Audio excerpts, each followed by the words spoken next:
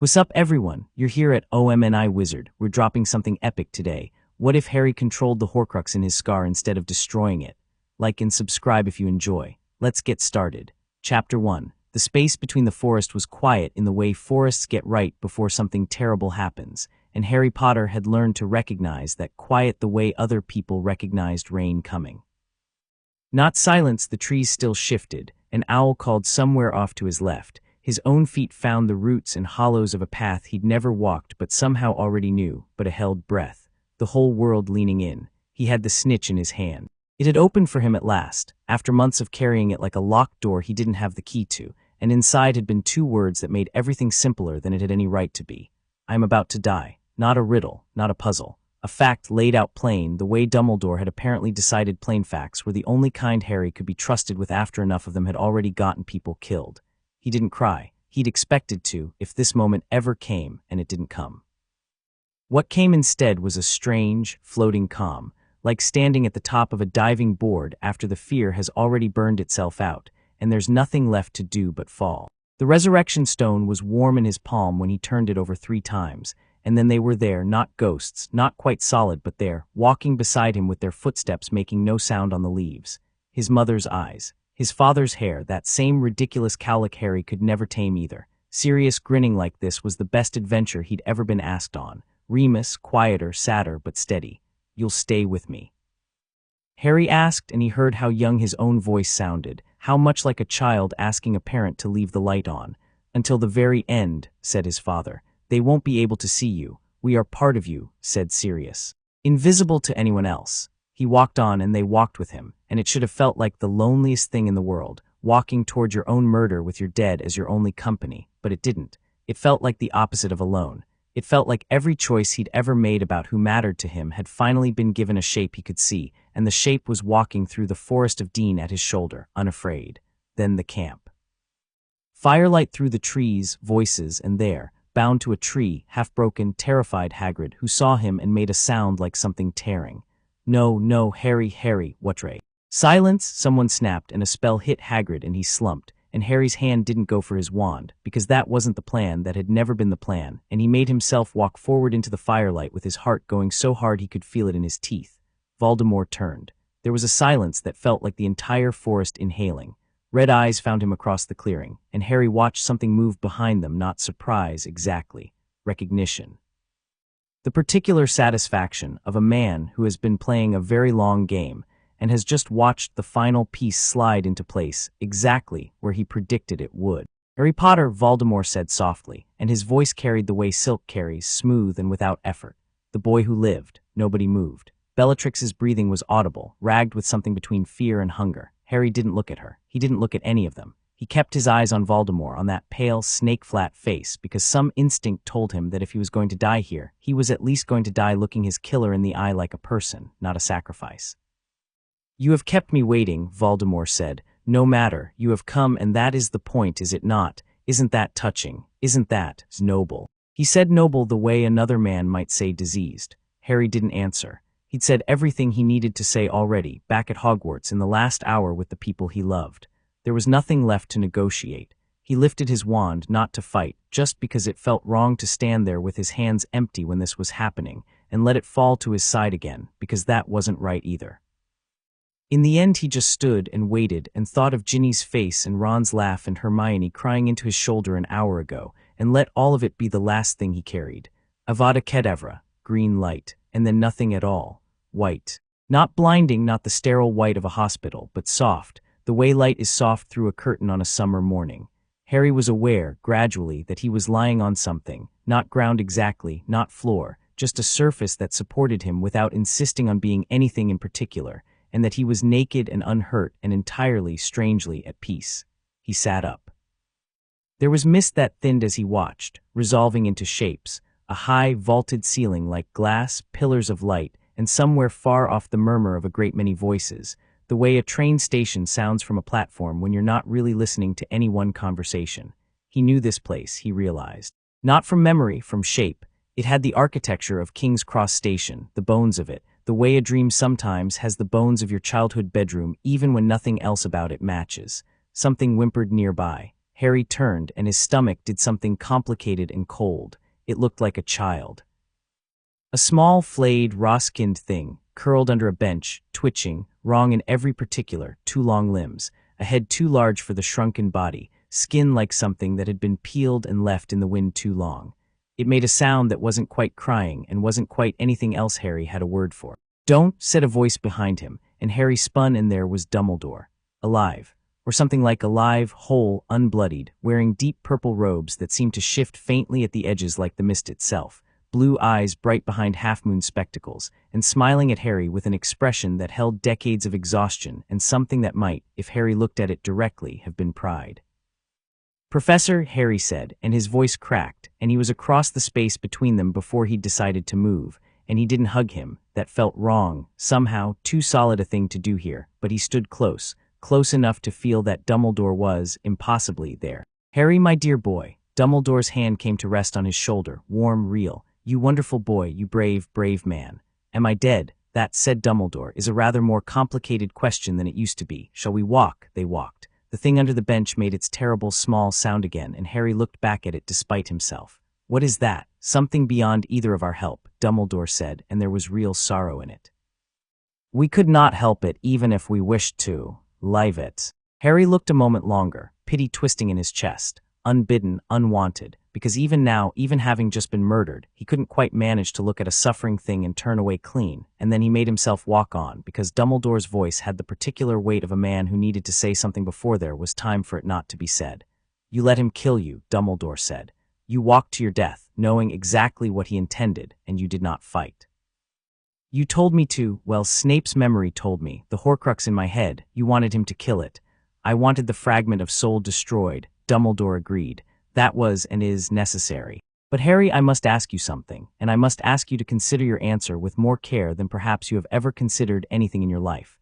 Do you know what a Horcrux actually is? Not what it does, what it is." Harry frowned. The station around them seemed to hold its breath, the murmuring voices fading, as though even this place understood that something important was about to be said. "It's a bit of someone's soul, stuck in an object, so they can't die properly." "That is the mechanism," Dumbledore said, "the container, but a soul fragment is not a photograph, Harry. It is not an echo, or a preserved feeling, or even, precisely, a person. It is a living thing, magically, essentially alive, self-contained, self-aware in whatever dim way a splintered soul can be aware. It thinks in its way, it remembers everything the whole soul remembered up to the moment of its creation. It is will. It is Tom Riddle, Harry, not a copy of him, not a memory of him. An actual, genuine fragment of the man himself, complete with every spell he has ever cast, every book he has ever read, every secret he has ever kept." Harry's mouth had gone dry. "And it's in me. It has been in you since you were 15 months old," Dumbledore said, "grown alongside you.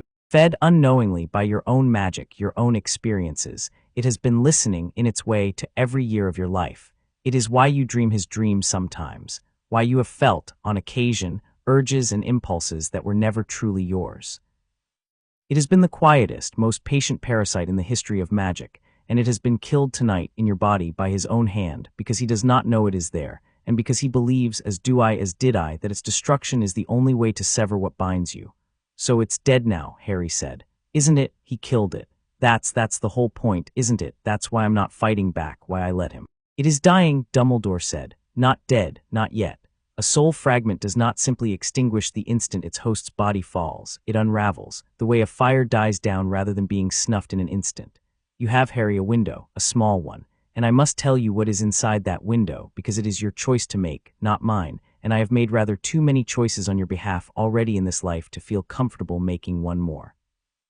Harry felt something cold settle in his stomach, the way it always did right before Dumbledore said something that was going to change everything. "Go on. You can let it die," Dumbledore said simply. "That is the plan we made. That is the plan Severus's memories led you to, and it is a good plan, and it will work. The fragment unravels, the tether between you and Tom Riddle snaps forever, and you may choose, and I do believe it will be a choice when you reach it, to return to your body in that forest, alive, whole, and entirely your own, with no more piece of him inside you than exists in any person who has ever fought a war against evil and won." "Okay," Harry said slowly. "That sounds, there is another way," Dumbledore said, and something in his voice had changed, gone very careful, very deliberate. the voice of a man laying down a chess piece he is not entirely sure should exist on the board at all. A soul fragment in the last moments of its unraveling is not inert. It is in fact more permeable than it has ever been in its existence. Its boundaries, the walls that have kept it separate and hidden inside you for 16 years, are dissolving. In an ordinary death, that permeability simply hastens the fragment's end. It comes apart because there is nothing left to hold it together. But a soul fragment in that state, Harry, can also be taken, absorbed. Not merely destroyed, but drawn into and integrated with another living soul, the way a river is not destroyed when it runs into the sea, but becomes part of something larger, and in the process changes it. Harry stared at him. "You're saying I could, eat it?" Crudely put, but not inaccurate, Dumbledore said, and there was the ghost of his old dry humor in it, even here, even now. "You could take the fragment into yourself entirely, not as a hidden passenger this time, but consciously as a part of your own soul, absorbed and subsumed the way your body absorbs food and makes it into muscle and bone rather than remaining a foreign lump of bread in your stomach. His magic, his memories. 60 years of knowledge, spellcraft, secrets no living wizard has held since he learned them himself. Everything Tom Riddle ever was, up until the night he split his soul for the first time and made this fragment, would become, not a voice in your head whispering suggestions, Harry, but you, a part of your own capability, your own mind. Available to you the way your memory of learning to fly a broom is available to you, except vastly, vastly more." The station seemed very quiet. "Why would I want that?" Harry said, and his voice came out rougher than he meant it to. "Why would I want any part of him? He's Professor, he killed my parents. He's tried to kill me my whole life. He tortured people for fun. He's a monster, and you're asking me if I want to make him part of myself." "I am not asking you to become him," Dumbledore said very gently. "I am telling you that you now have the choice to take everything he ever learned, everything he ever built, every terrible and brilliant thing 60 years of unchecked ambition produced, and use it, not as him, as yourself. You have spent your whole life being told that the things he knows are forbidden to you, Harry, because to seek that knowledge is to become like him, but you would not be seeking it. It is already there, already grown into the very fabric of your magic. The only question is whether it dies with him tonight, or whether you claim it consciously, deliberately, as your own, and in doing so, ensure that when he faces you again, he faces someone who knows every trick he has ever played because you were there when he learned to play them." Harry looked down at his own hands. They looked ordinary, scarred at the knuckles from Quidditch falls, a thin white line from the glass cabinet at the zoo when he was 9, ink stains that never quite washed out. Ordinary hands that had, apparently, spent 16 years housing a piece of the most feared dark wizard in a century, and were now being offered the chance to hold the rest of him too. "What happens to me," he said, "if I do it? Do I start thinking like him, wanting what he wants?" "I do not know," Dumbledore said, and to his credit he did not pretend otherwise. "No one has ever done this before, Harry, not deliberately, not with full knowledge of what they were choosing. I can tell you what I believe, based on everything I know of the nature of the soul, of love, of the particular alchemy of your own heart, which I have had rather more occasion to observe than most. I believe that a soul is not a vessel that can be poisoned by proximity to another soul's darkness. I believe it is closer to a fire, and a fire does not become the wood it burns. It consumes the wood, and in the burning, the wood becomes light. I believe that what makes you, Harry, your loyalty, your fury at injustice, your absolute and stubborn refusal to let people you love be hurt while you stand by and do nothing, is not a fragile thing that this knowledge would overwrite. I believe it is the strongest thing I have ever encountered in a living soul, and I believe it would burn through 60 years of Tom Riddle's darkness and come out the other side still entirely, recognizably, infuriatingly yourself. But I do not know it. I can only believe it. And I have been wrong before about people I loved, with consequences that still keep me awake if the dead can be said to sleep at all." Harry was quiet for a long moment, turning it over. "If I don't take it," he said slowly, "it dies, and I go back the way we planned, ordinary, no more piece of him in me, and then I have to go find the rest of them, the other Horcruxes. Fight him with what I've got, which is," he laughed, short and humorless, "a wand, a couple of GCSEs worth of magic, and whatever Ron and Hermione and I can scrape together before he kills someone else I love. That is the alternative, yes. And if I do take it, if I do this, then what I already know where the others are, what they are. You would know everything he knew up until the fragment's creation," Dumbledore said, "which includes, I would imagine, considerably more about the other Horcruxes than we have managed to deduce through months of guesswork and near death. You would know his magical education in full, and Harry, whatever else may be said of Tom Riddle, He was, without exception, the most gifted student Hogwarts produced in living memory, perhaps ever. You would know spells that have not been taught in this country for decades, because they were deemed too dangerous, or because he alone discovered how to cast them. You would understand dark magic not as a temptation to resist, but as a tool you had already mastered and simply chosen, consciously, what to do with. And you would face him at the end, not as the boy who survived, but as something he has never once had to reckon with in 60 years of believing himself the most powerful wizard alive, an equal, perhaps more. Somewhere behind them, the small flayed thing under the bench made its sound again, and Harry thought of everyone Voldemort had ever hurt. His parents, Cedric, Sirius indirectly, the Longbottoms, Hagrid bound and bleeding by that fire even now, and felt something in his chest that wasn't fear, wasn't even hatred exactly. It was tired. He was so tired of being the person things happened to, of planning and running and hiding Horcruxes in his tent and hoping that somehow the last piece would fall into place before the next person he loved got killed for having stood near him. He's going to keep hurting people, Harry said. As long as I keep playing this the safe way, the way you set up, the way everyone expects the chosen one to do it, humble and careful and not touching anything too dangerous, he's going to keep hurting people, because I'll always be one step behind him, guessing at what he did and where he hid things and how his mind works. Won't I? That has been rather the shape of this war, yes, Dumbledore said quietly. Then I'm not doing that anymore, Harry said, and it came out steadier than he expected, steadier than he felt. I'm done being one step behind a man who's been planning this since before I was born. If I can take what he knows and use it without becoming what he is, then that's not weakness. That's not giving in to the dark. That's just taking a weapon out of a murderer's hand and picking it up myself, instead of leaving it there for him to keep using on people I love. Dumbledore studied him for a long moment, and something in his ancient, tired blue eyes shifted, not quite surprise, because Dumbledore was rarely surprised by much of anything anymore, but something adjacent to it. A recalculation. You understand, he said carefully, that this is not without risk, that I cannot promise you this will not change you in ways neither of us can foresee. That there will be people, Ron, Hermione, everyone who loves you, who will look at you afterward and wonder, at least for a moment, who is looking back at them. I know, Harry said, but I already know who I am, Professor. I've known it since I was 11 years old, and the hat nearly put me in Slytherin, and I asked it not to. I know exactly who I am. The question was never whether I'd become someone else if I had this kind of power. The question is whether I'm brave enough to actually use it, instead of being scared of my own strength for the rest of my life, because someone once told me strength like this is only ever evil. For the first time in the whole conversation, Dumbledore smiled, a real smile, wide and a little wet at the corners. The smile of a man watching a thing he planted a very long time ago finally bloom. Then Harry, he said, I believe you already have your answer. I only wonder if you are ready to hear how it is done. Tell me. It is not a spell, Dumbledore said. There is no incantation for this, no wand movement, because what you are attempting has never, to my knowledge, been attempted with full awareness and full choice. It is an act of will alone, the oldest and rawest kind of magic there is.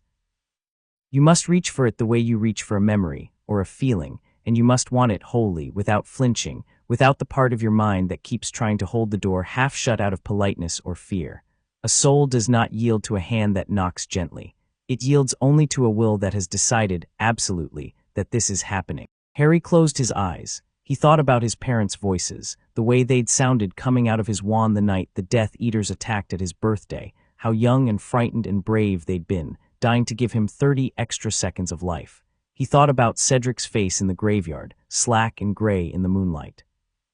He thought about Sirius falling backward through the veil, that terrible slowness of it, the way it had looked like he was only stumbling, like there was still time to catch him, and there hadn't been, there never was, not once, not with any of them. He thought, I am done losing people because I was afraid to be strong enough to stop it, and he reached. It did not feel like reaching into darkness. That was the strange part, the part he would try to describe to Ron and Hermione later and never quite manage. It felt like reaching into a room he had lived beside his entire life without ever once opening the connecting door, a room he'd always assumed was locked, was dangerous, was someone else's entirely, and finding, when his hand finally closed around the handle, that the door had never been locked at all. It had only ever been waiting for him to decide he had the right to open it. Something screamed. Not out loud, there was no sound in this white place that Harry heard with his ears, but he felt it, a vast, furious, disbelieving shriek of a consciousness that had spent 60 years believing itself untouchable, unkillable, safe, suddenly understanding in the space of an instant that it was not merely dying, it was being taken, consumed. Devoured by the very vessel it had used and despised in equal measure for 16 years, the half-blood brat, the Potter boy, the inconvenient accident of a prophecy, and it fought. Of course it fought. It threw itself against the boundaries of Harry's will like something drowning throws itself against the surface of water, desperate, savage, throwing memory after memory at him like weapons. Look what I survived. Look what I built. Look what I became from nothing, from an orphanage, from being unwanted, unloved, alone, alone, alone, and Harry, floating in the white nothing of a train station that was not quite death, did not flinch from it. He had spent his whole life being told he was special because he had survived something. He had never, not once, been told he was strong enough to choose something, so he chose. He took the memories as they came, a boy in an orphanage learning he could make bad things happen to people who hurt him, and feeling powerful for the first time in a childhood built entirely of powerlessness. A boy at Hogwarts realizing with a kind of vertiginous, hungry joy that he was cleverer than every professor in the building. A young man in Albania, alone, splitting his soul apart piece by piece because he had decided, somewhere along the way, that being loved and being safe were the same thing. And if he could not have the first, he would simply make sure no one could ever take the second from him. And instead of recoiling from the loneliness underneath all of it, the raw, ugly, endless loneliness that had curdled into cruelty, because no one had ever once shown that boy a kinder way to be strong, Harry felt something that surprised him more than anything else in this whole impossible night. He felt sorry for him, not enough to forgive what he'd done, not even close, but enough to understand, finally, bone deep, exactly why Dumbledore had always insisted that the difference between them mattered more than anything else. Voldemort had been offered, at 11 years old, the exact same choice Harry had been offered, a room full of people who might have loved him if he'd let them, and he had chosen power instead, every single time, because power didn't require trust, and trust was the one thing that terrified him more than dying. Harry took every scrap of that power, and he did not take the choice. You can have everything you learned, he thought, at the shrieking, thrashing thing coming apart inside his own reaching hands. You don't get to keep deciding who I love. The fragment did not agree. It did not have the capacity left to agree or disagree with anything. It simply unraveled, the way Dumbledore had said it would, boundaries dissolving, except now, instead of dissolving into nothing, it dissolved into him, threading through 16 years of half-buried dreams and inexplicable talents in Parseltongue and sudden flashes of insight that had never quite made sense until this exact moment, and Harry felt it settle the way a held breath finally releases. He staggered, or the feeling of staggering, in a body that had no weight here, and Dumbledore's hand caught his shoulder again, steadying.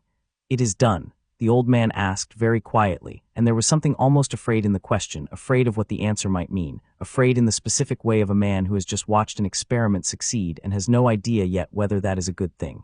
"It's done," Harry said, and his voice sounded different, not wrong.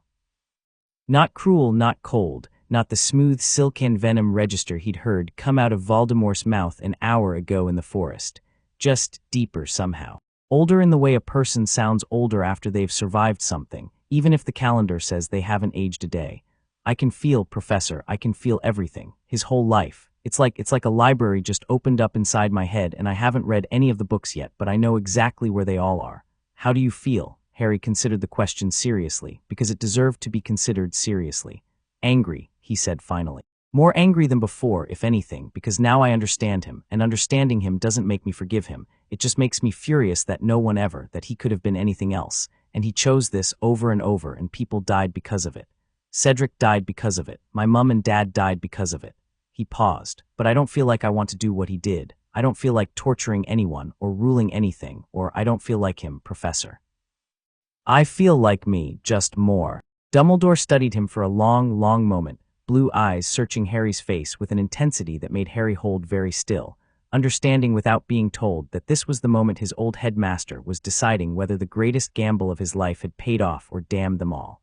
Whatever he saw seemed to satisfy him. The tension in his shoulders eased, just slightly, and something like relief moved across his features. "Then I believe," Dumbledore said softly, "that I have never been so glad to be wrong about the limits of a person's soul. Harry, you must understand what you are choosing to walk back into. He believes you are dead. The whole forest believes you are dead. When you return, it will not simply be a resurrection. It will be a resurrection with 60 years of stolen power behind it, and he is going to feel that the moment it happens, because a piece of himself has just been consumed, and pieces of souls do not go quietly even when their host chooses to let them. Good, Harry said, and there was nothing performative in it, nothing for show, just a flat, simple certainty. Let him feel it. There is one more thing, Dumbledore said, and his voice had gone very grave. The Elder Wand. Voldemort believes he holds its power now, believes killing Snape secured it for him. He is wrong. The wand's true master is not decided by murder alone, and you disarmed Draco Malfoy at the manor, which means, whether you intended it or not, that wand's loyalty may already sit with you. When you wake and he curses you again, because he will, Harry, the moment he understands you live, his first instinct will be to try to finish what he started. I do not know what will happen when that curse meets a wand that does not wish to harm its true master. I do not know what happens when a spell like that meets someone who has just done what you have done. No one has ever stood where you are about to stand. Harry almost laughed. It came out rough, disbelieving, exhausted, and free. Story of my life, Professor. Go back, Dumbledore said, and his hand tightened once on Harry's shoulder, warm and solid and real for just one more second before Harry felt the pull starting, the tide of the world reasserting itself, the white station beginning to thin at the edges like mist burning off in morning light. Go back and be exactly as brave as you have always been, Harry, and know that whatever you find in there, whatever he left behind, you were never wrong to want to be more than what he tried to make you carry alone. Wait, Harry said, feeling the pull increase, feeling his own weight starting to matter again. Sirius, my mum and dad, will I see them again, properly? Not like tonight, Dumbledore smiled, and it was the gentlest thing Harry had ever seen on that ancient, weathered face. Not for a very long time yet, he said. You have too much left to do, Harry. And when you finally do come back here properly, I suspect you will find this station rather changed. You have just done something extraordinary with the nature of your own soul tonight. I imagine death itself is going to have to reconsider its terms with you.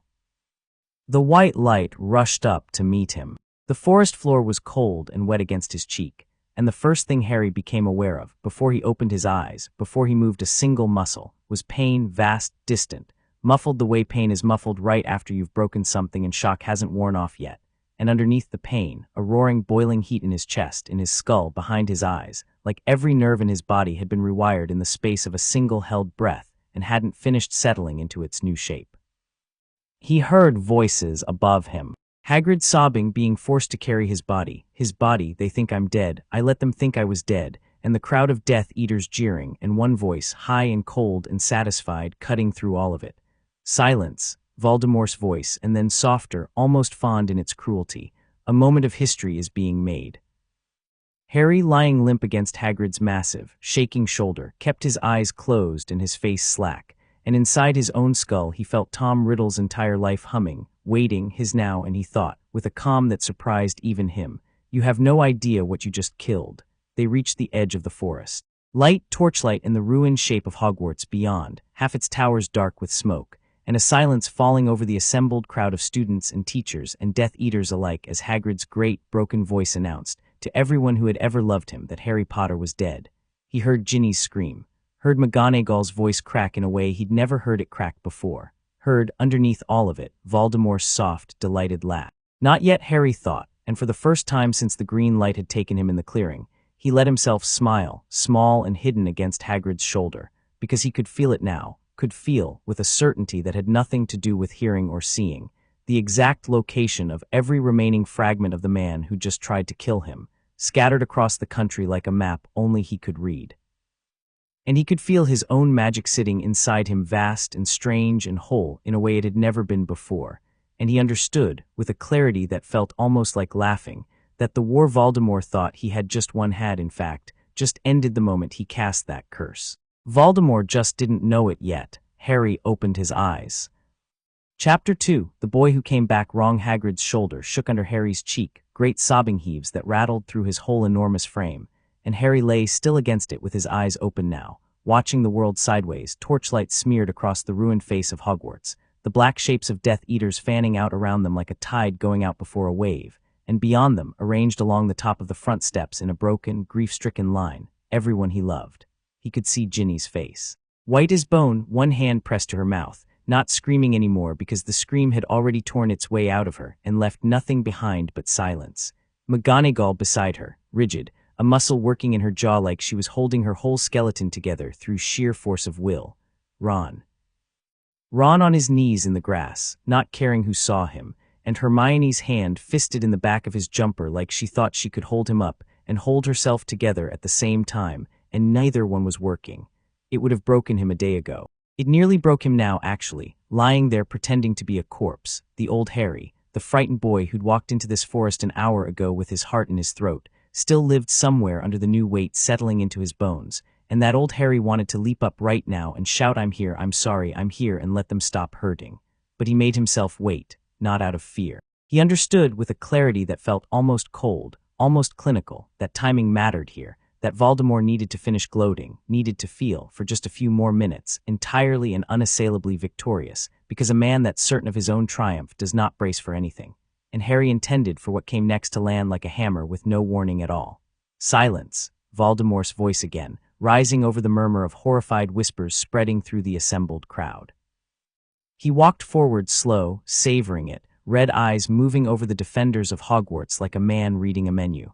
"Harry Potter is dead. From this moment, you put your faith in me." Nobody answered him. Somewhere off to the side, Harry heard Bellatrix laugh, high and delighted, and the sound of it now, with Riddle's own memories humming under Harry's skin, landed differently than it would have an hour ago.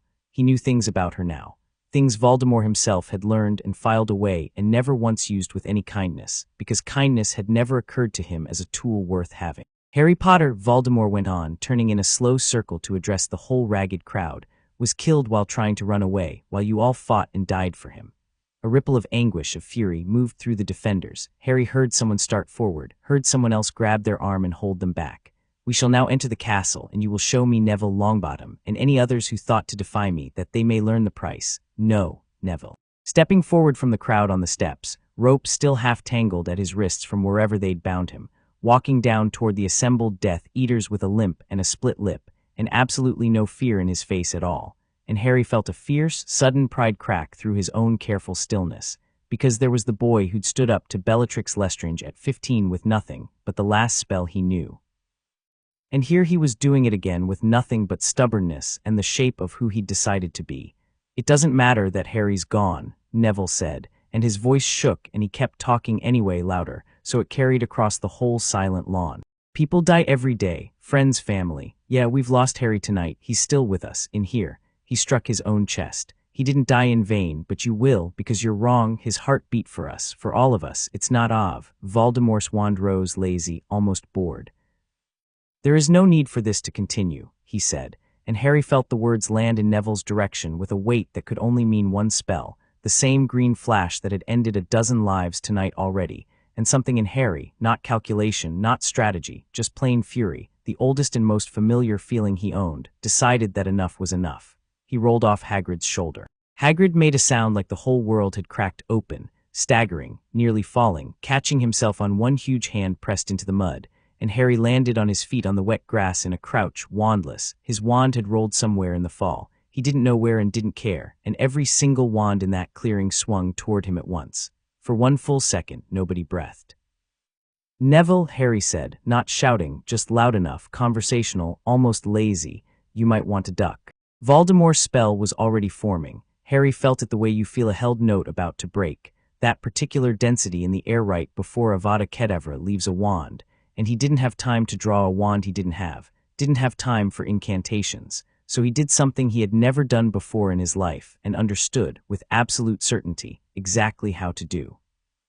He threw his hand out, and the curse hit an invisible wall 3 feet from his palm, and simply stopped, unraveled, the green light scattering into harmless sparks that died against the grass, and the silence that followed was the loudest thing Harry had ever heard.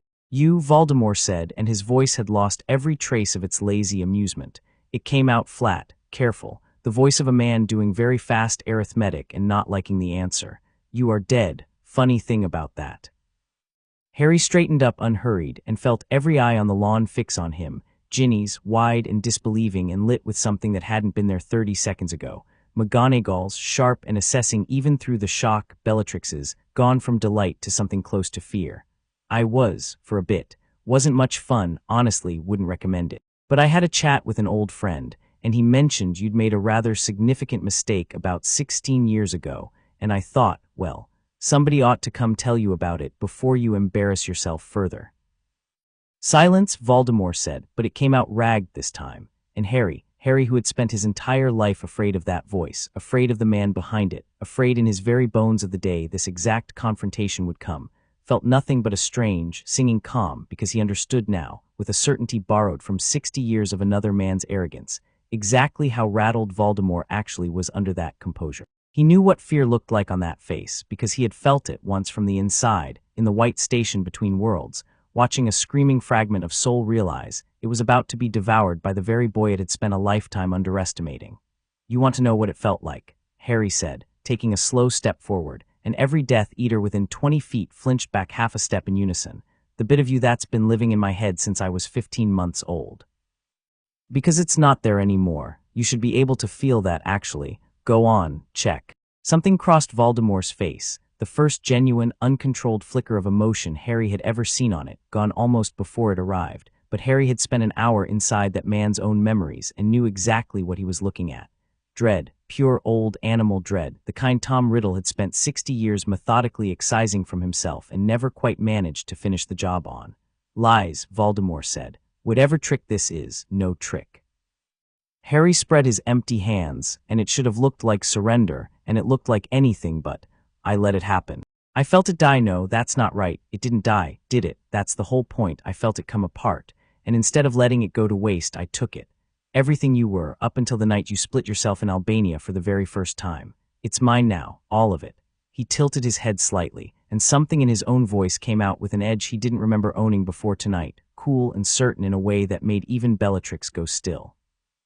You should be more careful what you leave lying around inside other people's heads, Tom. Do not. Voldemort's wand snapped up, faster this time, no hesitation, and the killing curse left it in a burst of green that filled the whole clearing with light, and every single defender on those front steps screamed at once because they had already watched this happen once tonight and could not bear to watch it happen again, and the curse hit Harry square in the chest and simply stopped. Not deflected.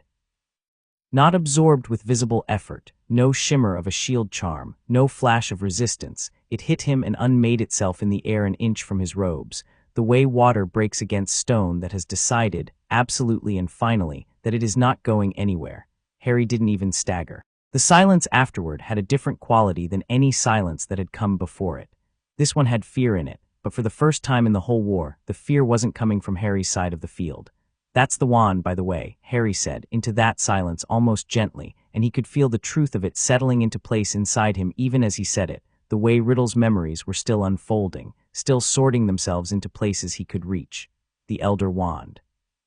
You killed Snape for it, didn't you? Thought that made it yours. It doesn't work like that. A wand's loyalty isn't about who kills its last owner, it's about who defeats them. And Draco disarmed Dumbledore at the top of the tower, and I disarmed Draco at Malfoy Manor a few weeks back. He shrugged, small, almost apologetic, though there was nothing apologetic in his eyes at all. I don't actually need it. I never did, but it seems it's decided it's mine either way, and it's not terribly keen on hurting me. Funny how that works. Impossible, Voldemort breathed, and for the first time in 16 years, for the first time, Harry understood with sudden, sharp clarity, drawing on memories that weren't his own, since the man had been a child alone in an orphanage learning that fear was a weapon others used against him. Voldemort's mask cracked wide open, and underneath it was something raw and furious and utterly unprepared.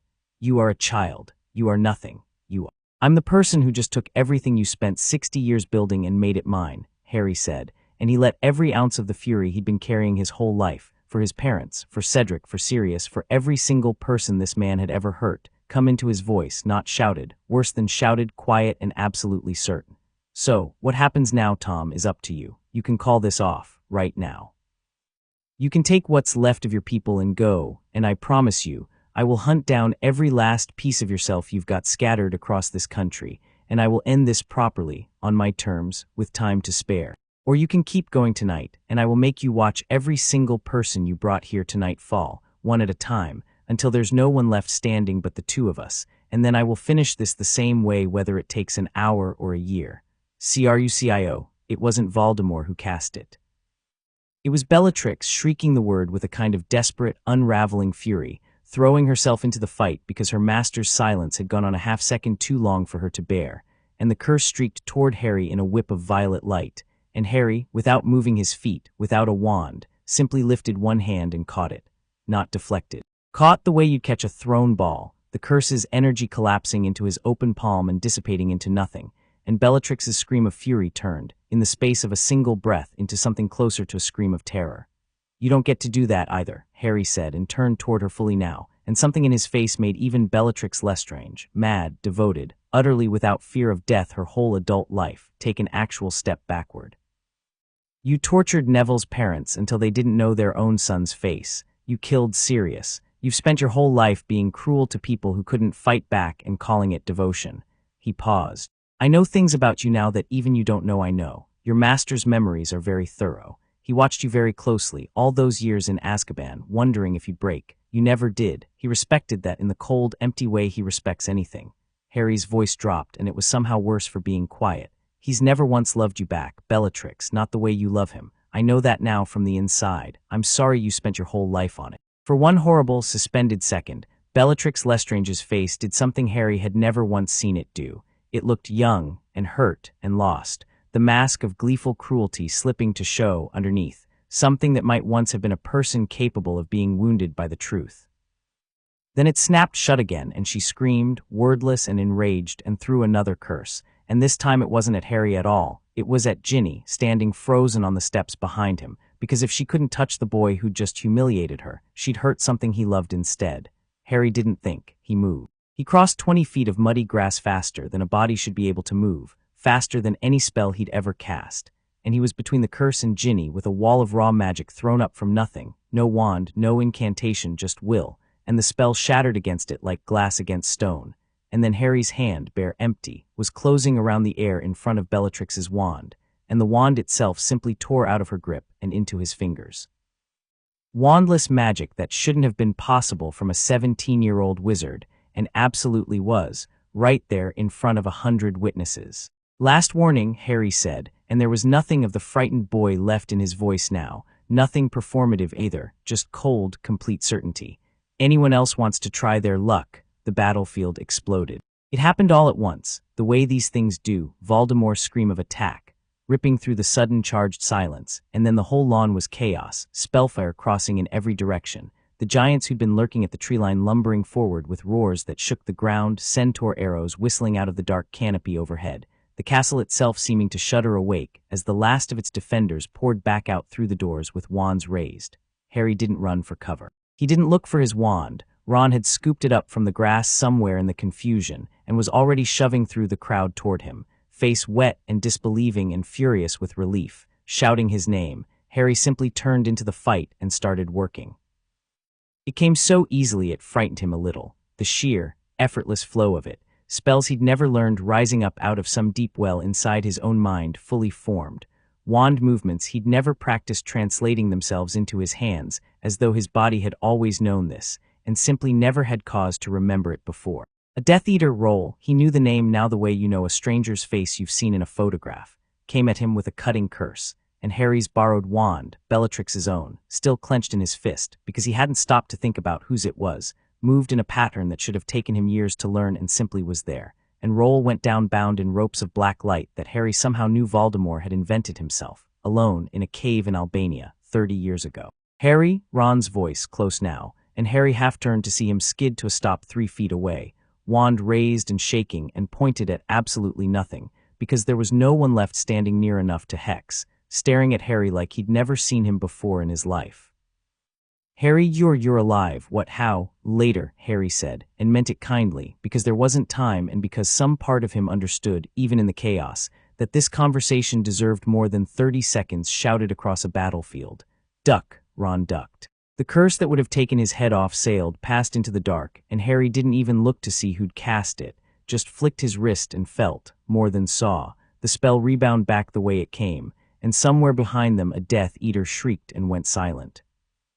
Hermione arrived a heartbeat later, sliding in the mud, and she didn't waste time on questions either, just grabbed Ron's sleeve and pulled him half a step sideways as a jet of purple light scorched past where his head had been, and then all three of them were moving together, back to back, the way they'd learned to move over months on the run, except now Harry wasn't the frightened boy in the middle of the huddle anymore. He was the center of gravity. The whole fight seemed to be bending around. Across the churned-up lawn, Voldemort was not fighting. He was watching, retreated to the edge of the chaos, flanked by a knot of his most senior Death Eaters, his wand still raised but not casting, his red eyes fixed on Harry with an expression that had finally, fully, shed every last trace of the amusement he'd worn walking into this clearing an hour ago. "My lord," Lucius Malfoy's voice, thin and urgent, "we should withdraw. This is not. Be quiet."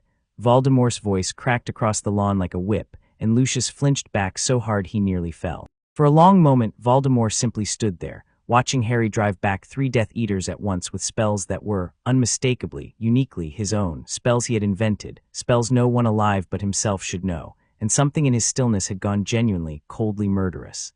"He is bluffing," Voldemort said, to no one in particular, to himself, the way a man argues with a fact he cannot make himself accept. "A boy cannot simply absorb. It is not possible. My lord, look at him," said a voice Harry didn't recognize, one of the newer recruits, young and terrified, and Voldemort rounded on the speaker with such fury that the man actually dropped to his knees in the mud. "I said," Voldemort hissed, "be quiet." Across the battlefield, Harry felt it, that particular pressure in the air, the gathering density of a truly enormous piece of magic about to be unleashed, and he understood, with the cold clarity of borrowed memory, exactly what was coming, because he had felt Voldemort cast this exact curse before, decades ago, against a rival who'd made the mistake of humiliating him in front of witnesses. It was not a spell that killed quickly. It was a spell designed to make an example.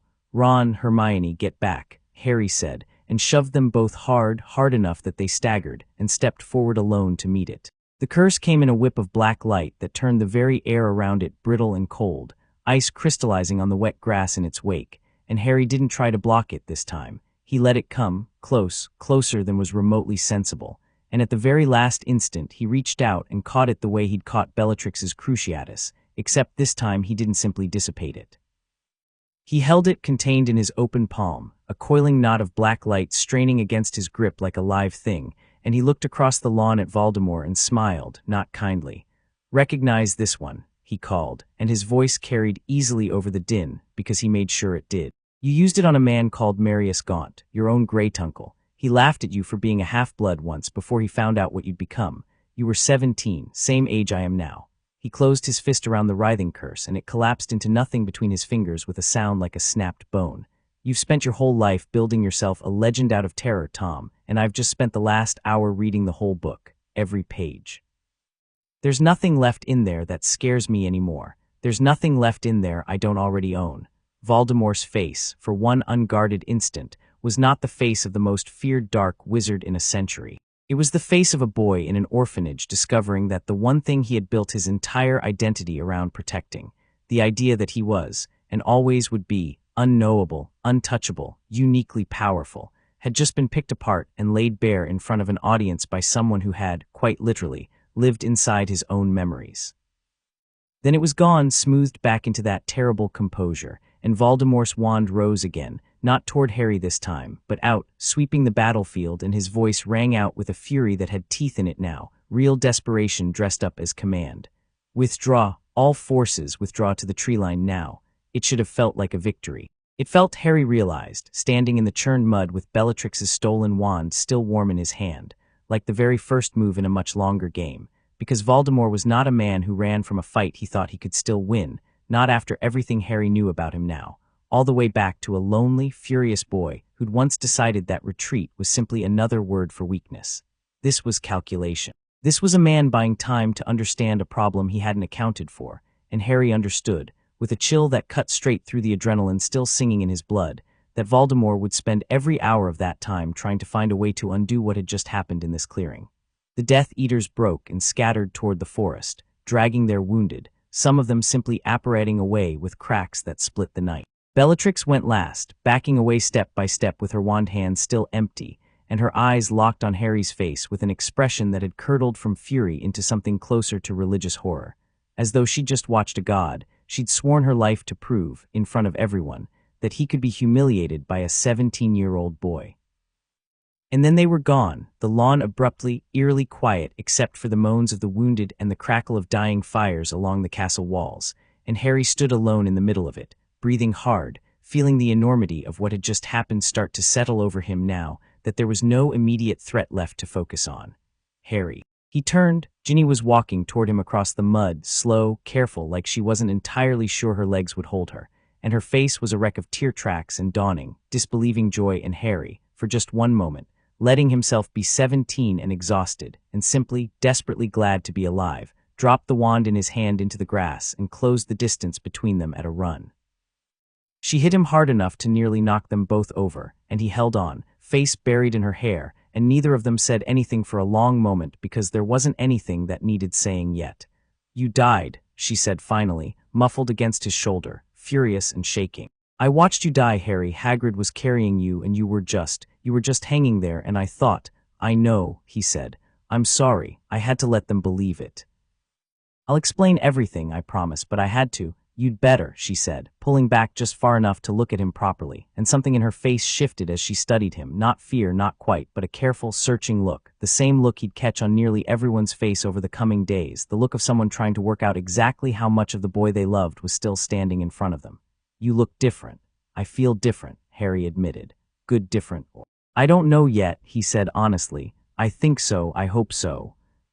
Across the ruined lawn, McGonagall was already moving through the wounded with brisk, efficient grief, directing students toward the Great Hall, snapping orders that steadied more than a few shaking hands simply by virtue of being orders at all. And Harry watched her work for a moment before Ron and Hermione reached them, both of them slowing to stop a few feet away, both of them looking at him with an expression that made his chest tight, not fear exactly, but something wary underneath the relief. Something that hadn't been there an hour ago. "You're not," Ron started and stopped and tried again, visibly picking his way through the question with more care than Harry had ever heard him use. "That was proper dark magic back there, mate. Wandless, catching curses out of the air. You sounded like..." He didn't finish it. He didn't have to. "Like him," Harry said quietly. "Yeah, I know how I sounded." Hermione's eyes were bright and fierce and terrified all at once, and she stepped forward before Ron could say anything else, closing the distance and grabbing Harry's face between both hands, tilting it toward the torchlight, studying his eyes with the intensity of someone checking for a symptom. "Talk to me," she said, "right now. Tell me exactly what happened in there, before you say one more word to anyone else, because I need to know if I'm looking at my best friend or if I need to be very, very worried." Harry looked at her, at both of them, Ron shifting his weight uneasily beside her, ready, Harry could see, to fight for him or against him depending entirely on what came out of his mouth next. And he felt something in his chest ease, just slightly, because this, at least, hadn't changed. They were still going to ask him hard questions instead of simply flinching away from what he'd become. That was still exactly who they were. "I took the Horcrux," he said, "the one in my head. Instead of letting it die, I took it into myself. Everything he knew, everything he was up until 16 years ago. It's mine now, Hermione, not him talking through me, not him controlling anything, just knowledge, power, mine to use." The silence that followed felt very long. "That's Harry, that's supposed to be impossible," Hermione said, and her voice had gone thin with the effort of processing it, the scholar in her already racing ahead to implications, dangers, precedent that didn't exist. "Souls don't just, you can't simply absorb another person's." "Apparently you can," Harry said. "Dumbledore was there. In there, I don't know what to call it, this white place, like King's Cross Station, except I think I was actually dead for a bit. He told me I could. He told me what it would cost and what it would give me, and he let me choose." He looked between them, and something in his throat tightened, because this was the part that actually scared him, more than any curse Voldemort could throw. "I chose it because I couldn't stand the idea of us still being one step behind him. Of more people dying because we were guessing at what he'd do next instead of knowing. I know you're both looking at me right now wondering if I'm still me. I get that. I'd wonder the same thing." He took a breath. "But I am. I promise you, whatever else is true, I am still exactly who I've always been. I know more now, I can do more now, and I am done being afraid of what that means." Ron studied him for a long moment, and then slowly the tension went out of his shoulders and something that was almost a grin, exhausted, disbelieving but real, tugged at the corner of his mouth. "You caught the killing curse in your chest," he said, barehanded, off the actual Elder Wand. "I watched it happen and I still don't believe it." "Yeah," Harry said. "That was a bit mad, wasn't it?" "A bit mad," Ron repeated, and laughed, short and a little hysterical. the laugh of someone who has been terrified for hours and has just been handed permission to feel something other than terror.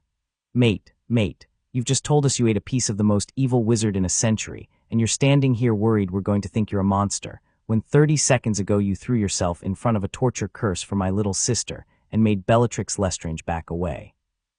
He shook his head and reached out and clapped Harry on the shoulder, hard, the way he always did when words weren't quite enough for what he meant. "You're still you. Believe me, if you'd stopped being you, I'd have noticed. You'd have insulted my hair by now or something." Hermione let out a breath that was half a laugh and half a sob, and pulled Harry into a hug so tight it hurt. And over her shoulder Harry could see the wreckage of the lawn, the fires still smoking against the dark towers of the castle, the small huddled shapes of the wounded being carried inside, and beyond all of it, the tree line where Voldemort's forces had vanished into the dark to lick their wounds and plan their next move. He wasn't naive enough to think this was over. He could feel, even now, standing here in the ruin of a battle he'd just won by simply refusing to lose, the pull of the other Horcruxes scattered across Britain, faint and distant like the sensation of a limb gone to sleep, a cup somewhere, a ring long destroyed, a diadem hidden in a room he now realized he knew the exact location of without ever having been told, a snake curled somewhere close to her master even now. He could feel all of it, a map laid out inside his own head that no one else alive possessed, and he understood that Voldemort would spend every hour between now and their next meeting trying desperately to protect what remained of himself. But for tonight, at least, standing in the mud with Hermione's arms around him and Ron's hand still on his shoulder, and Ginny close enough that he could feel her breathing steady out against his side, Harry let himself feel, for the first time since the green light had taken him in that forest clearing, something dangerously close to peace. "Come on," he said finally, pulling back, wiping his face with the back of his hand.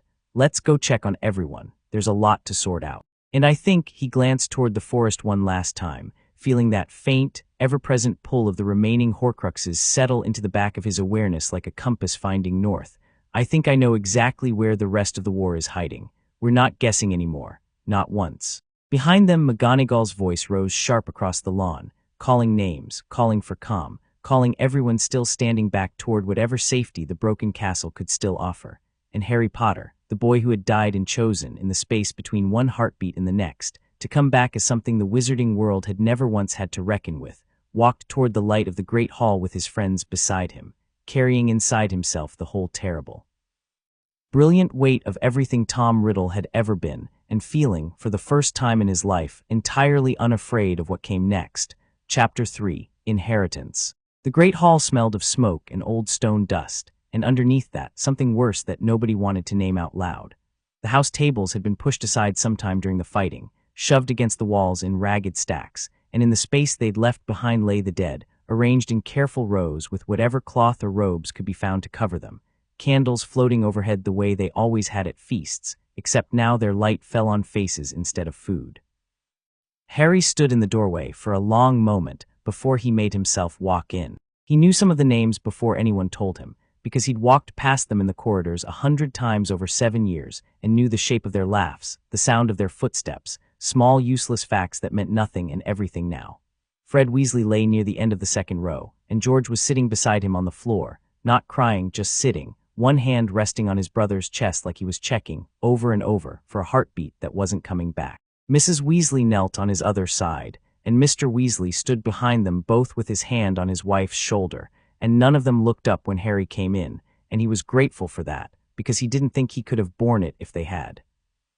He found Lupin a few feet further down and Tonks beside him, their hands not quite touching, close enough that it looked deliberate, and something in Harry's chest folded in on itself so completely that for a moment he forgot every terrible new thing living inside his own skull, and was simply, achingly, a boy who had lost the last people who remembered his parents as young and alive and laughing.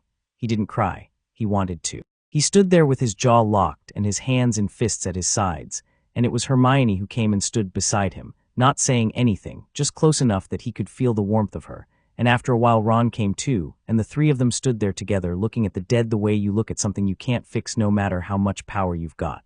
"I could have stopped this," Harry said finally, very quietly, "if I'd done this sooner. If I'd understood what Dumbledore was offering me a year ago instead of tonight." "You didn't know a year ago," Hermione said.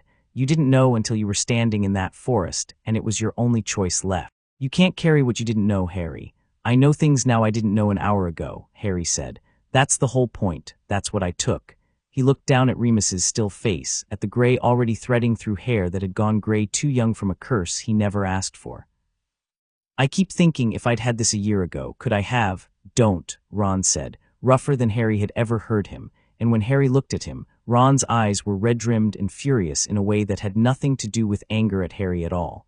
Don't do that to yourself. That's not Fred's dead because a wall came down, Harry, because a war happened, not because you didn't have enough dark wizard in your head 6 months ago. You don't get to make this about what you could have done differently. Not tonight. Not while his voice cracked and he stopped and looked away, jaw working. Harry didn't argue. He put a hand on Ron's shoulder instead, and Ron let him, and they stood there together, 3 teenagers who'd fought a war and won the first real battle of it, and had absolutely nothing to say to each other that would make any of this smaller. McGonagall found them there perhaps 20 minutes later. She looked older than Harry had ever seen her, not just tired, but aged, the sharp, efficient authority she'd worn all through the evacuation, and the fighting finally cracking at the edges now that there was a lull to crack in. But her eyes, when they found Harry's, were as clear and precise as ever, cataloging him the way she'd catalog a spell gone wrong in her classroom, searching for the flaw. "Potter," she said, "a word if you would." He followed her out into the antechamber off the hall, away from the worst of the grief, and she rounded on him the instant the door swung shut, and for a moment he thought she was going to shout, the way she used to over detention slips and broomstick regulations, but what actually came out of her was quieter than that, and somehow far more frightening. "I watched a killing curse strike you directly in the chest," she said, "and do nothing at all. I watched you disarm one of the most dangerous witches alive with your bare hand. I watched you cast wandless magic that I have not seen performed by a living wizard in this country in 30 years of teaching, and I need you, right now, before I say one more word to the Ministry, or the Order, or anyone else who is going to be asking me what in Merlin's name happened on that lawn tonight, to tell me exactly what you have become." Harry told her. All of it, the forest, the White Station, Dumbledore's offer, the choice he'd made and why he'd made it, and McGonagall listened without interrupting once, her face giving away nothing until he was finished, at which point she sat down rather heavily on the edge of a stone bench that hadn't been there when Harry was in school, dragged in from somewhere during the siege, and pressed the heel of her hand briefly against her eyes.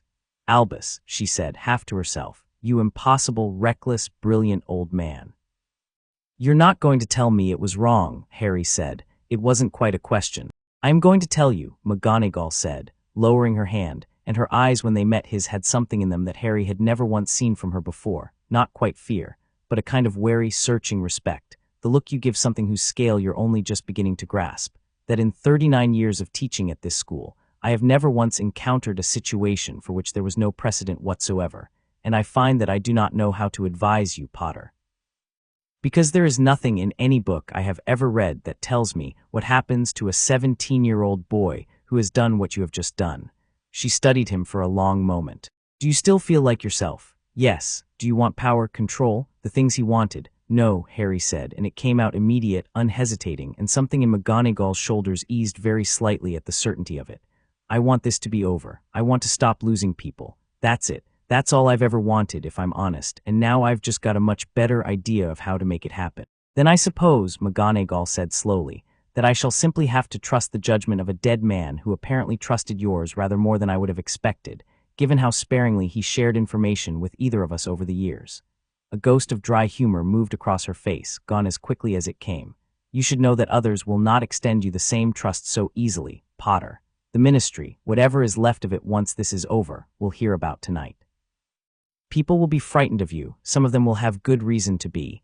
"I know," Harry said. "Good," said McGonagall. "Then you won't be surprised when it happens. Now go and see to your friends.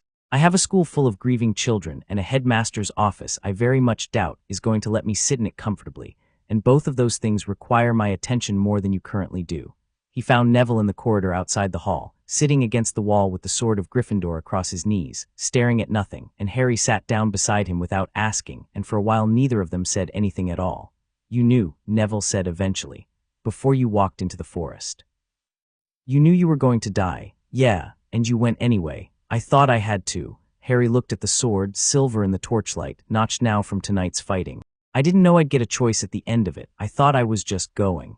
Neville was quiet for a moment. "You scared everyone half to death walking back out of that forest, standing up out of nowhere like that. You know that, right? Ginny nearly fainted. I nearly fainted. I know. I'm not scared of you, Neville said, and there was something stubborn in it, the same stubbornness that had put him in front of Voldemort's whole army an hour ago with nothing but a speech and a sword. Whatever you did in there, whatever you've got in your head now, I watched you throw yourself in front of a curse meant for Ginny without even thinking about it. That's not him. That's never going to be him. He turned the sword over in his hands, for what it's worth. It's worth a lot, actually, Harry said, and meant it, and Neville gave him a small, tired smile and went back to staring at the sword, and Harry sat with him a while longer before he made himself get up and keep moving, because there was a whole castle full of grief that wasn't going to sort itself out just because he'd won one fight. He didn't sleep that night. He wasn't sure he could have, even if his body had let him try. There was too much moving inside his own skull. 60 years of another man's life settling into place like sediment, finding the bottom of a lake, memory after memory surfacing at odd moments with no warning at all. He'd be helping carry a stretcher, and suddenly know, with absolute clarity, the exact incantation for a curse that stripped the protective enchantments off a warded door, learned by a 19-year-old Tom Riddle from a book in the restricted section he wasn't supposed to have access to. He'd be sitting with Ginny's hand in his, saying nothing, and abruptly feel the phantom limb pull of a golden cup sitting in a vault deep beneath Gringotts, warded and waiting, close enough now that he could almost taste the goblin magic layered over it. Around 3 a.m, sitting in the ruins of the Ravenclaw common room with Ron and Hermione because neither of them would let him be alone even for a minute, he tried to explain it. It's like, he stopped, tried again. You know how sometimes you'll be walking somewhere, and you'll suddenly remember a smell from years ago, and it brings the whole memory with it, all at once, more real than it has any right to be. Yeah, Ron said, it's like that except it's not my memory, it's his, and it doesn't stop. It's not I'm not becoming him, I want to be really clear about that. I don't feel any different about who I love or what I want, but it's like I've got this whole extra library in my head and the books keep falling open on their own. He rubbed his face with both hands. I know how to brew polyjuice from scratch without a recipe. I know 4 different ways to break the Fidelius charm that Dumbledore never even suspected existed. I know his mother's name, and his grandfather's, and the exact words the Sorting Hat said to him in 1938. I know what he was thinking the night he killed my parents, Hermione. I know he felt nothing. Not triumph, not hatred, not even satisfaction. Just inconvenience, like clearing an obstacle. His voice had gone very flat, and I have to carry that now, forever probably, knowing exactly how little my parents' lives meant to the man who ended them. Hermione reached over and took his hand, and didn't say anything comforting, because there wasn't anything comforting to say, and Harry was grateful for that too. Can you find the Horcruxes now? She asked instead, gently steering them toward something that could actually be done about all of this, and Harry loved her a little fiercely for it. Properly, I mean not guessing. Yeah, he closed his eyes and let himself feel it, the map that had been unfolding in the back of his mind since the moment he woke on that forest floor, distances and directions settling into place the way a compass needle settles once you stop shaking it. The diadem's still in the room of requirement. I know exactly where, behind a bust, 3rd row from the left, in a pile of things nobody's touched in decades. The cup's in Bellatrix's vault at Gringotts, 300 feet down, guarded by a dragon and cursed so that everything inside it multiplies and burns if you touch it wrong. He frowned slightly, chasing the thread further. Nagini's with him. Physically with him right now, wherever he's gone to ground. He made her a Horcrux almost by accident near the end when he realized he needed one more anchor and didn't have time to be careful about it. That one's going to be harder. She's alive, she moves.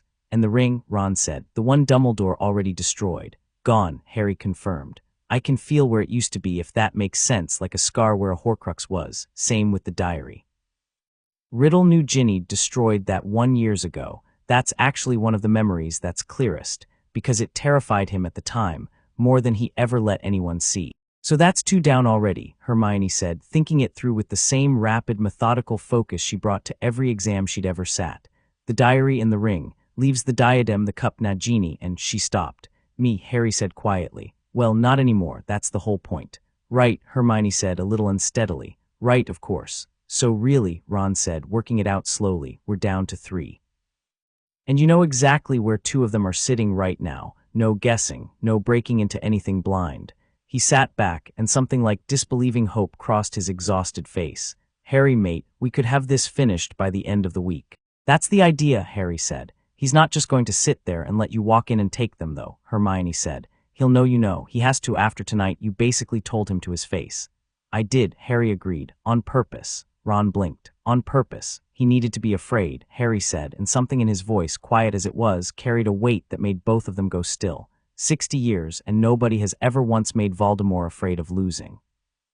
Every plan he's made, every Horcrux he's hidden, every layer of protection he's built, all of it comes from a man who was absolutely certain he could never really be beat. That certainty is the whole foundation of everything he's built. I wanted to take it away from him tonight in front of witnesses, so that from this point on, every decision he makes is going to be shaped by fear instead of arrogance. Fear makes people sloppy. Arrogance makes people predictable. I'd rather fight someone who's panicking than someone who's calm. Hermione stared at him for a long moment. That's Harry, that's actually quite brilliant strategy. It's his strategy, Harry admitted, and there was something uncomfortable in his own voice as he said it, an awareness he couldn't quite shake. That's exactly the kind of thing he'd think. Sow doubt before you strike. I didn't even have to work at it, it just came out, the second I needed it. He looked down at his hands. That's the part that scares me a bit if I'm honest with you. Not that I'll turn evil, I don't think I will, but that I might start solving every problem the way he would because it's easier now because the knowledge is just there and I have to actively choose not to reach for it every single time. Then choose not to, Hermione said simply. Every time. That's not weakness, Harry. That's exactly what makes it not the same thing. He never had to choose. He just did whatever was easiest and called it strength. You having to choose every day and choosing right anyway, that's the whole difference. Ron nodded slowly. She's right, mate. You've been choosing the hard thing over the easy thing since you were 11 years old. Doesn't stop just because the easy thing got a lot more powerful. Harry looked at both of them. Ron with his split lip and his dead brother 2 floors below them. Hermione with dried blood in her hair from a curse that had grazed her an hour before midnight. Both of them exhausted past the point of exhaustion and still, somehow, sitting here at 3 in the morning working through the ethics of soul magic with him like it was homework they were determined to get right, and felt something steady inside his chest that had nothing to do with borrowed power at all. Thanks, he said, and it wasn't enough, and they both knew exactly what he meant by it anyway. 50 miles north, in a manor house that had once belonged to a pureblood family now too terrified to object to its use, Lord Voldemort sat very still in a high-backed chair, while his most senior surviving followers arranged themselves around him in careful, uneasy silence. The fire had burned low. No one had moved to feed it, because no one wanted to be the person who made noise, who drew attention, who might in some small way remind their master of the humiliation still hanging over the room like smoke that wouldn't clear. Bellatrix knelt at his feet, her wand, recovered, eventually, from where Harry had let it fall in the mud, though the memory of losing it still burned in her like acid, held loosely in her lap, her dark eyes fixed on the floor.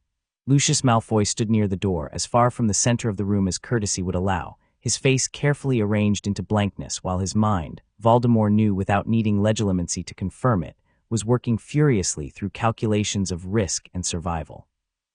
Yaxley and Roll stood together near the cold hearth, nursing wounds neither of them dared complain about. Rodolphus Lestrange had not come back from the forest at all, and no one had mentioned it. Say it, Voldemort said finally into the silence, and his voice was very soft, and every person in the room understood that soft from him was infinitely more dangerous than loud. Whichever one of you is thinking it, say it aloud. No one spoke. Lucius. Voldemort's red eyes fixed on him, and Lucius's careful blankness cracked just slightly around the edges. You have always been rather good at diagnosing a losing position before the rest of us are willing to admit we're in one. Diagnose this one for me. My lord, Lucius said carefully, I would not presume, Voldemort said. I am ordering you to presume. Lucius swallowed. The boy, he said, should be dead. He is not dead. Whatever occurred in that forest, he returned changed. He cast without a wand, my lord. He caught the killing curse itself, and it did nothing. He took my sister-in-law's wand from her hand as though it were a child's toy. I do not have an explanation for what I witnessed tonight. I only know that it was not the boy who walked into that clearing an hour before it happened.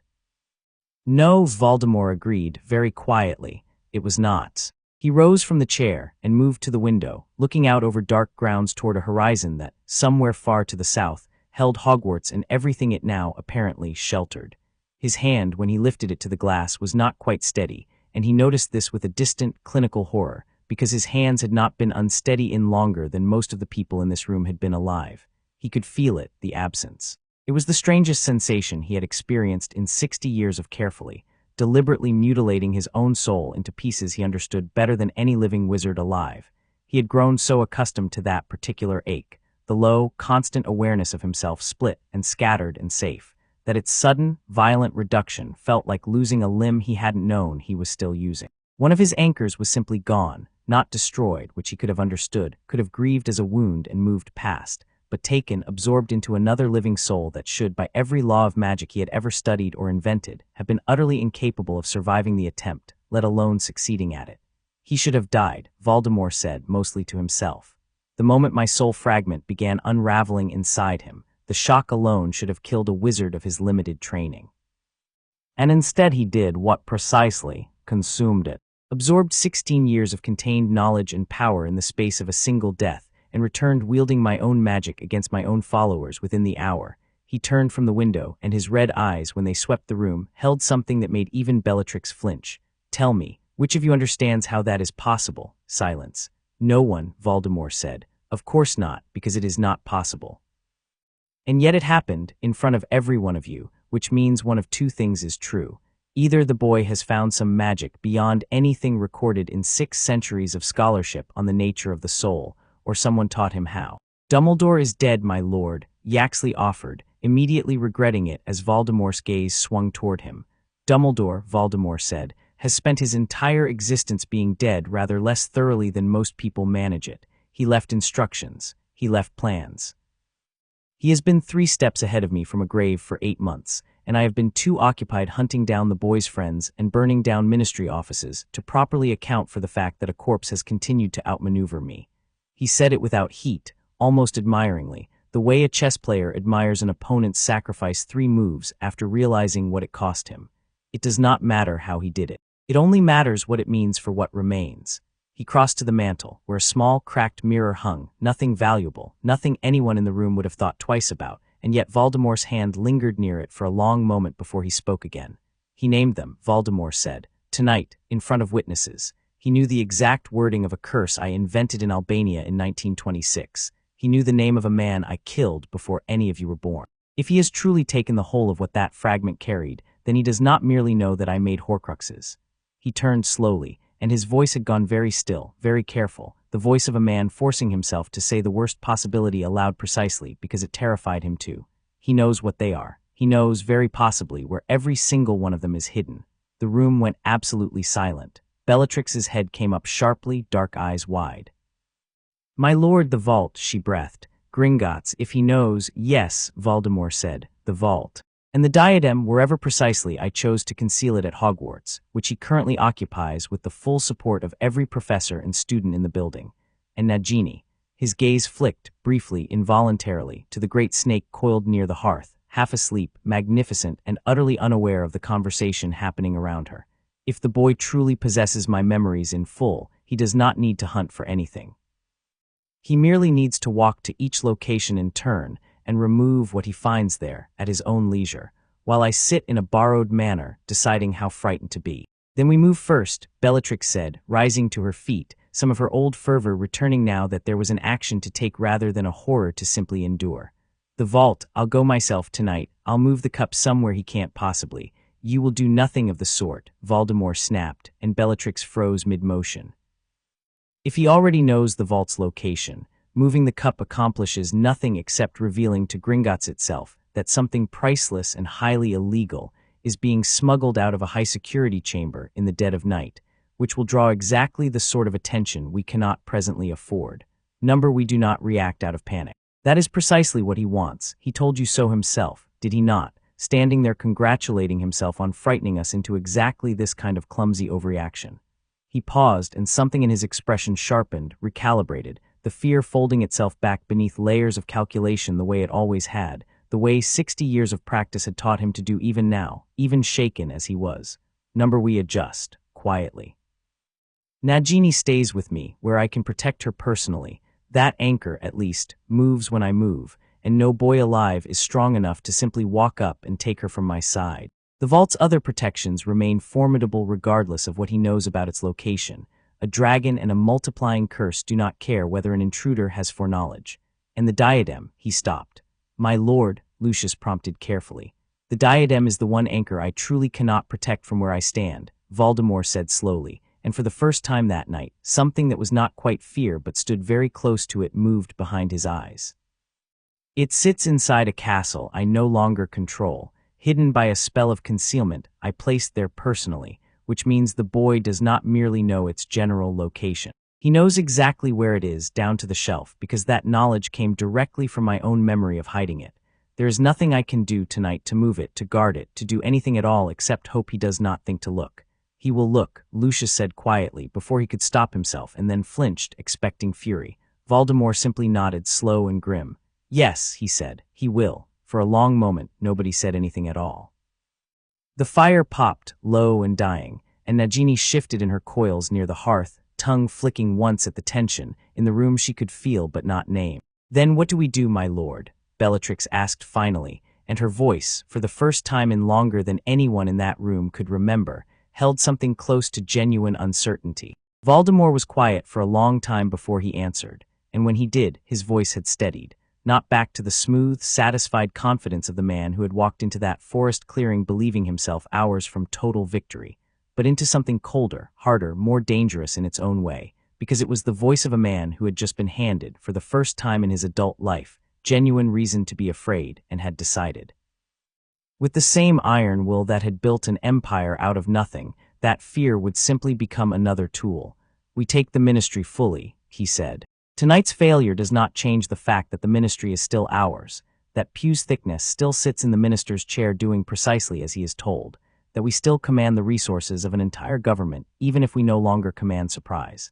We use every asset that remains to us to prepare defenses around what we cannot move, reinforce the vault's protections through the goblins if it can be arranged discreetly, and if it cannot, accept that we may lose the cup and plan accordingly. We keep Nagini close always, and we do not send anyone into that castle again without understanding, fully, precisely what we are sending them against.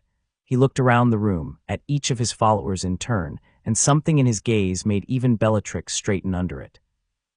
And we learn everything there is to learn about what that boy has become, before we face him again, because the next time I meet Harry Potter, I intend to know exactly what I am fighting, and I will not be caught unprepared a second time. He moved back to the window, looking out again over the dark grounds, and behind him in the low firelight, his most devoted followers exchanged glances that held, for the first time since any of them had taken his mark, something dangerously close to doubt. My lord, Roll said carefully from near the hearth, if I may ask, what precisely did happen to you tonight when he took the fragment? Did you feel it happen? Voldemort did not turn around.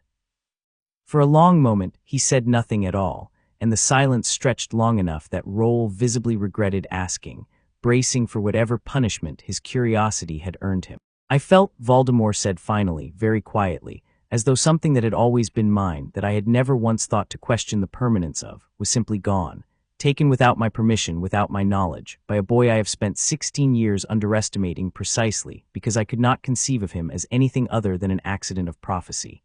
His hand, resting against the cold glass, tightened very slightly.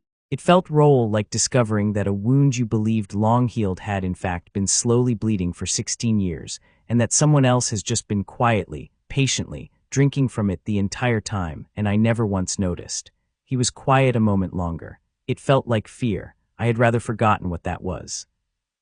No one in the room answered him, because there was nothing to say to that, and Nagini, sensing something in the air she did not have words for, uncoiled slightly and pressed closer against her master's ankle, and Voldemort looked down at her for a long moment before crouching, with something almost gentle in the movement, to rest his hand against her scales. They will not take you, he told her, very softly, in the hissing rhythm of Parseltongue that none of the humans in the room could follow.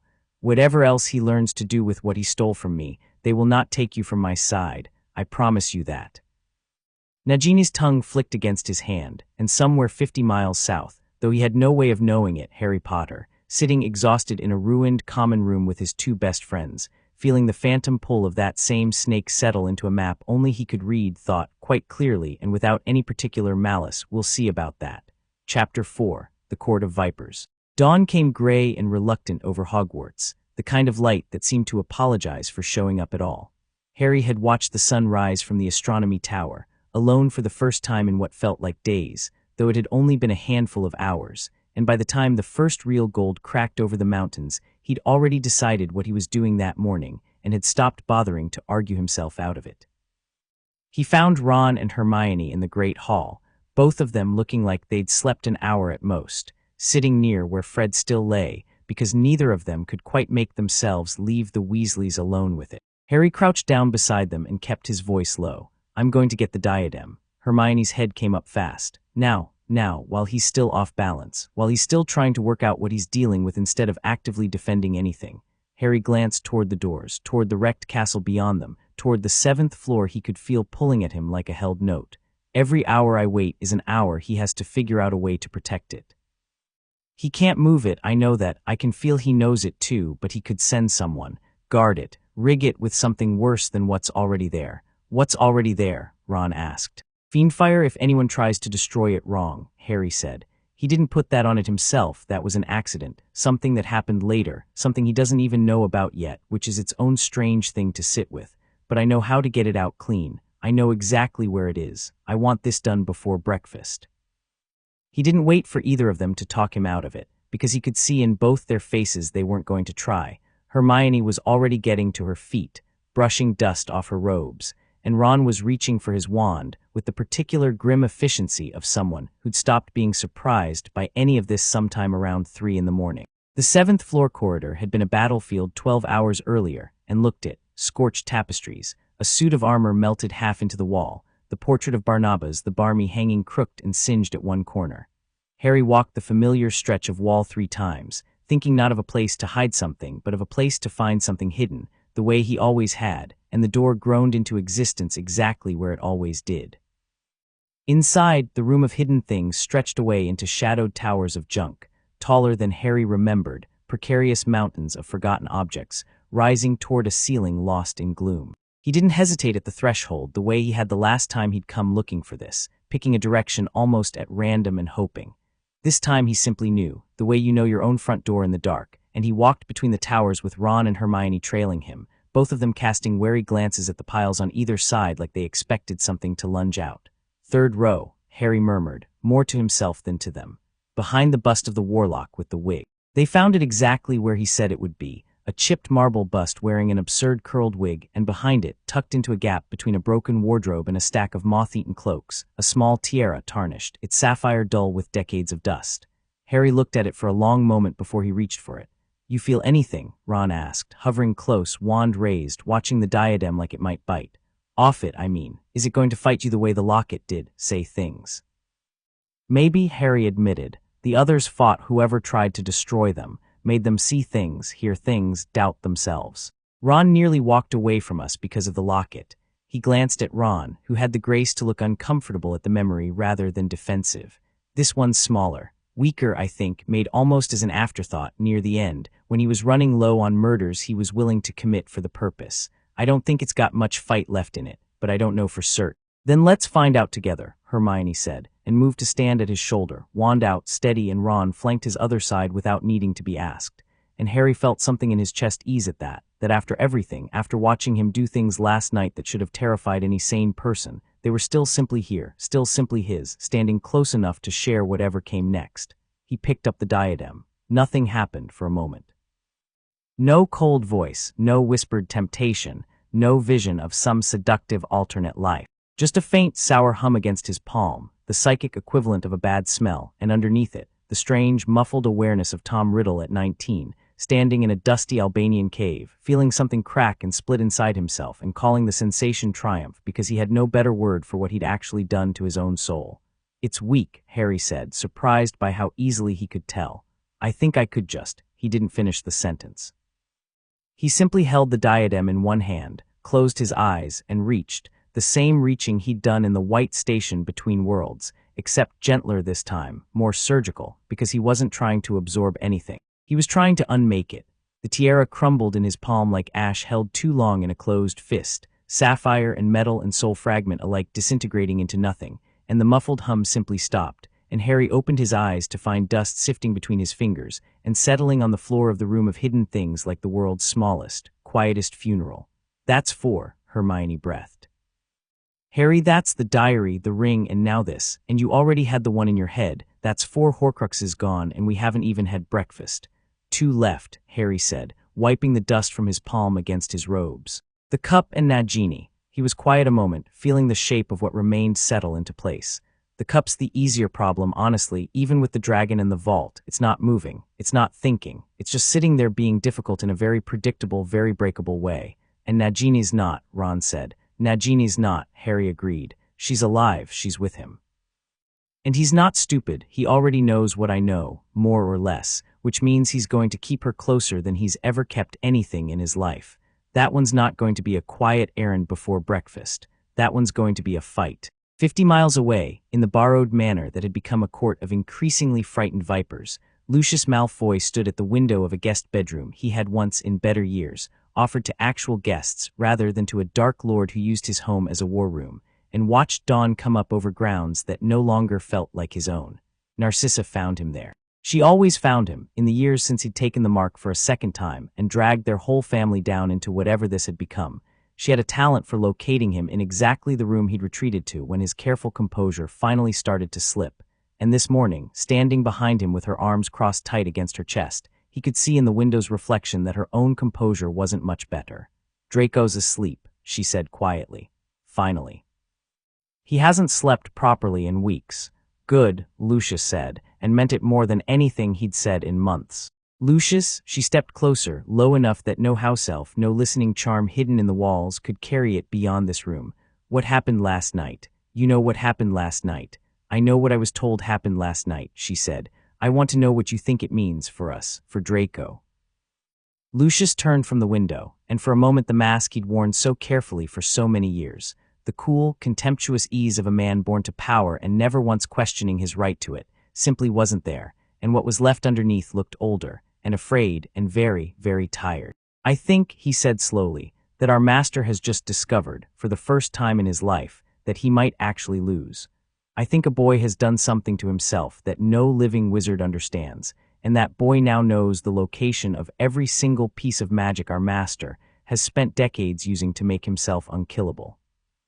I think we are, at this moment, standing extremely close to the losing side of a war that I have spent an increasing amount of time believing we should never have rejoined at all." He paused, "and I think saying any of that aloud, to anyone but you, would very likely get me killed before lunch." "Then we get out," Narcissa said, immediate, fierce, the same fierceness Harry had glimpsed in her once at Malfoy Manor, when she'd lied to Voldemort's face rather than betray a promise she'd made about her son. "We take Draco and we leave, tonight if we have to." "And go where?" Lucius asked, not unkindly, because he had already thought this through a dozen times in the small hours and found no answer that satisfied him. "The Ministry believes we are loyal servants of the Dark Lord because we are. The Order believes the same, with rather more justification. There is no safe harbor for the Malfoy family in this war, Narcissa, not on either side, not unless something changes." "Then make something change." Lucius looked at her for a long moment, and something moved behind his gray eyes, calculation old and familiar, the same instinct that had kept the Malfoy name afloat through scandal after scandal for 3 generations by always knowing which way the wind was about to turn before anyone else in the room did. "The boy disarmed Draco at the manor," he said slowly. "That is a fact the Dark Lord already knows, and resents, because it is the reason the Elder Wand refuses to answer to him properly. If Potter wins this war, and I am beginning to think, God help us, that he will remember that our son's wand passed to him without a fight. He will remember that Draco did not curse him, did not fight him, simply froze and let him take it." He was quiet a moment. "That is not nothing. That is the beginning of a debt a boy like Potter might actually choose to honor if it were offered to him honestly at the right moment before it was too late to matter." "You're talking about betraying him," Narcissa said, and there was no judgment in it, only a kind of exhausted, frightened clarity. "The Dark Lord." "I am talking," Lucius said carefully, "about surviving. I have spent 30 years serving a man who has never once, in all that time, expressed a single moment of genuine care for whether I lived or died beyond my usefulness to him. I do not intend for our son to die proving a loyalty that was never returned." He looked back out the window, toward the gray morning light. "We do nothing rash, we watch. We wait for the moment the tide turns fully, and then we choose the side that lets Draco live to be an old man, whichever side that turns out to be. That is all I am willing to promise you today." Narcissa said nothing, but she came and stood beside him at the window, and neither of them moved for a long time, watching the light strengthen over grounds that had, sometime in the last several years, stopped feeling like anything they could call home.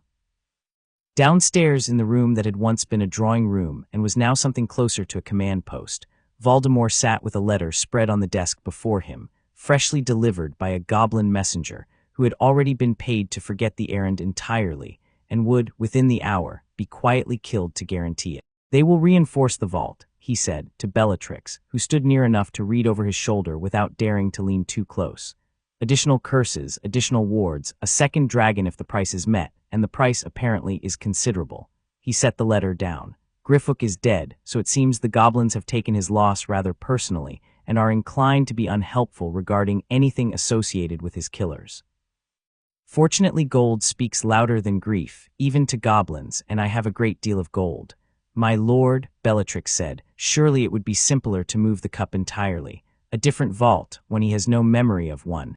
"I have already explained why that is unwise," Voldemort said, and there was an edge to his patience this morning that had not been there in previous weeks, a fraying at the corners of his composure that no one in the manor had yet dared name aloud. "Moving it means removing it from Gringotts's protection during transport, however brief, and I will not risk exposing an unguarded Horcrux to open air for the sake of a caution that may not even be necessary. We reinforce what already exists. We do not gamble with what remains." He rose from the desk and crossed to where Nagini lay coiled near the cold hearth, and something in his posture, watching her, had changed since the night before, a new deliberateness to how close he kept her, how often his hand found her scales without seeming to think about it, the unconscious vigilance of a man checking, over and over, that something precious hadn't slipped away while his attention was elsewhere. "And the ministry," he said, not turning around, "thickness, is he still ours?" "Yes, my lord," Bellatrix said, "entirely. He does exactly as he's told." "Good, then we use him. I want every Auror still loyal to the ministry mobilized to search for Potter and his friends, officially in the name of upholding the law, which will keep them occupied hunting a boy they will never successfully corner, while simultaneously denying the boys' own side the use of official channels to organize against us. I want the prophet running whatever story keeps the general population frightened and compliant, rather than curious about what actually happened at Hogwarts last night: grief, chaos, tragedy, anything that obscures the fact that a 17-year-old boy stood in a forest clearing and made the Dark Lord retreat." His voice on that last phrase had gone very quiet and very cold. "The story the wizarding world tells itself about what happened last night matters more than almost anything else we do this week, Bellatrix. If people begin to believe Harry Potter can beat me, that belief will spread faster than any curse I have ever cast, and it will cost us more than any battle." "They already believe it," said a new voice from the doorway, and every head in the room turned. Severus Snape's absence from the manor had not gone unremarked upon in recent months. A headmaster tethered to Hogwarts, reporting rarely, trusted less each time he did, but the man in the doorway was not Severus Snape. It was Yaxley, freshly returned from a night spent listening at the edges of conversations he had no business overhearing, his robe still dusty from travel. "My lord," Yaxley said, bowing quickly, "forgive the intrusion. I have been at the ministry since dawn. There are already whispers. Someone on the night shift at St. Mungo's treated 3 of our people for wounds sustained at Hogwarts, and the healer talked, and by breakfast half the ministry canteen was saying the boy came back from the dead and stopped a killing curse with his bare hand." Voldemort's expression did not change, but something in the room's temperature seemed to drop regardless. "Half the ministry canteen," he repeated, very softly. "It will be all of it by lunch, my lord," Yaxley said, and had the sense at least to sound genuinely apologetic about it rather than merely frightened. "These things spread. I thought you should know before you heard it from someone less loyal." Voldemort was silent for a long moment, and then unexpectedly he laughed, a short, humorless sound that made even Bellatrix flinch, because in 16 years of service she had heard that man express triumph, contempt, fury, and satisfaction in 100 varieties, but she had never once, until this exact moment, heard him make a sound that carried genuine, bitter amusement at his own expense.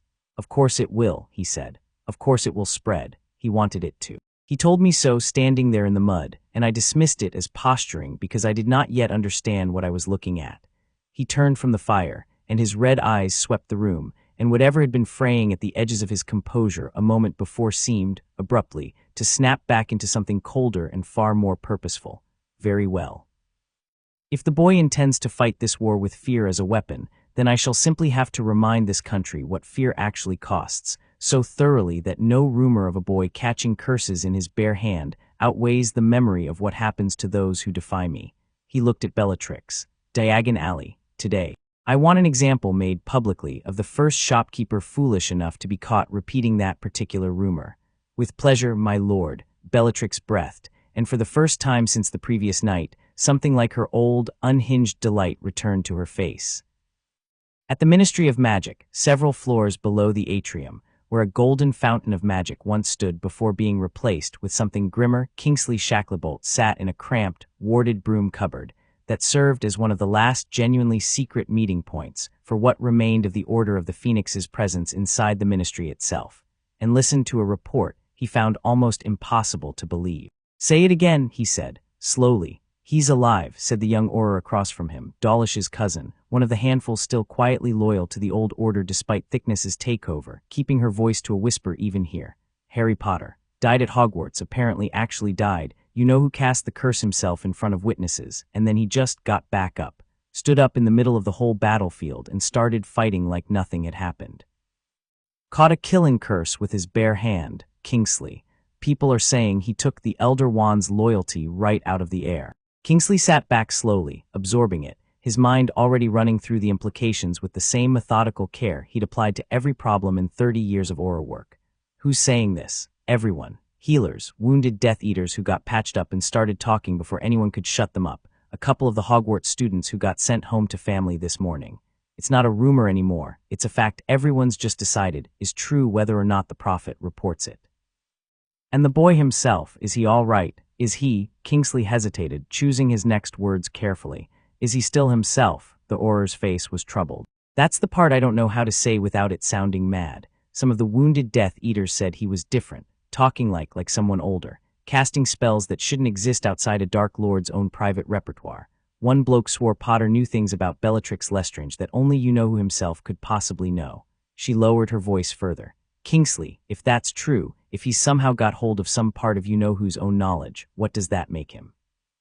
Kingsley didn't answer immediately. He'd fought in this war long enough, lost enough friends to it, watched enough good people compromise pieces of themselves in the name of survival, that he understood the shape of the question underneath her question. Was Harry Potter still someone they could trust, or had the war simply produced a different kind of monster to replace the one they'd all been fighting? "I don't know," he said finally, honestly, "but I know this. That boy has never once, in 17 years, done anything except try to protect the people around him, even when it cost him everything to do it. If he's found some way to fight this war and actually win it, really win it, not just survive it, then I intend to trust him until he gives me a reason not to, because God knows the rest of our plans have gotten an awful lot of good people killed trying to fight this the slow, careful way."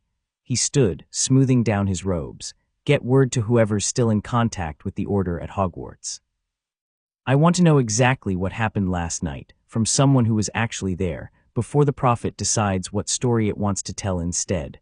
By early afternoon, the story the Daily Prophet decided to tell was, predictably, nothing at all like the truth. Harry read the front page over breakfast in the Great Hall, porridge that tasted like ash, coffee that Creature had somehow managed to produce despite half the kitchens being rubble, and felt a familiar, old anger settle into his chest at the sight of the headline. Tragedy at Hogwarts, Dark Forces repelled at great cost, with no mention whatsoever of his own return from the dead, no mention of the battlefield confrontation, nothing but careful, sanitized grief dressed up as news. "They're scared to print it," Hermione said, reading over his shoulder, "or Thickness won't let them. Either way, it's the same thing, they don't want anyone believing you actually beat him." "Good," Harry said, surprising both of them. "Good," Ron repeated. "Mate, they're pretending the best thing that's happened in this war in 6 months didn't happen."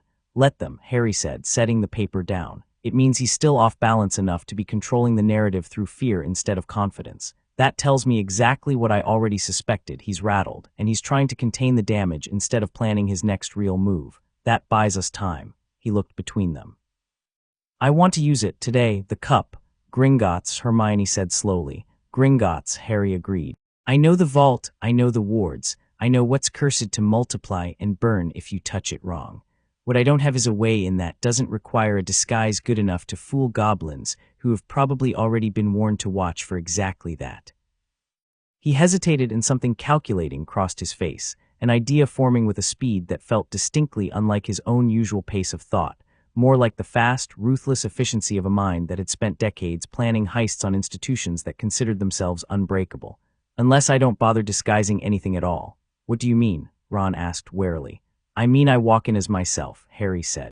Harry Potter, the boy who survived the Dark Lord twice now, walks into Gringotts in broad daylight and asks to see his own vault, which is entirely legal and entirely ordinary. And while I'm inside the bank, I use what I know about how the goblin's warding actually works, because Riddle studied it obsessively for years before he ever tried to rob them, to simply walk myself into a vault that isn't mine. Hermione's eyes had gone very wide. "That's Harry, that's insane. If they catch you, they won't catch me," Harry said, and there was no arrogance in it, just flat, borrowed certainty, 60 years of a criminal genius's confidence settling comfortably into a 17-year-old's voice. "I know exactly how their detection wards are built, because I know how he studied breaking them, back before he decided robbing Gringotts outright was more trouble than it was worth. I can move through that bank invisible to every ward they've got, take what I need, and be back out before anyone downstairs even knows I've left my own vault." "And the dragon?" Ron asked. Harry's mouth twitched, something almost like humor breaking through the grim focus. "I'll figure something out." They went that afternoon, the three of them, taking the flu from Hogsmeade under cover of a story about needing to check on Harry's finances after the chaos of the past year, which was true enough to hold up under casual scrutiny.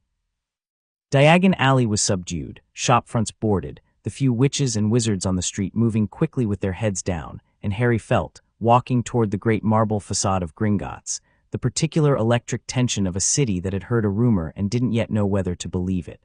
Inside, the goblin at the front desk looked up, took in Harry's face, and went very still. "Mr. Potter," the goblin said carefully, and something in his tone suggested that word had already traveled here too, that this particular goblin had already heard some version of what happened in that forest, and was recalculating, in real time, exactly how dangerous the boy in front of him actually was. "How may Gringotts assist you today?"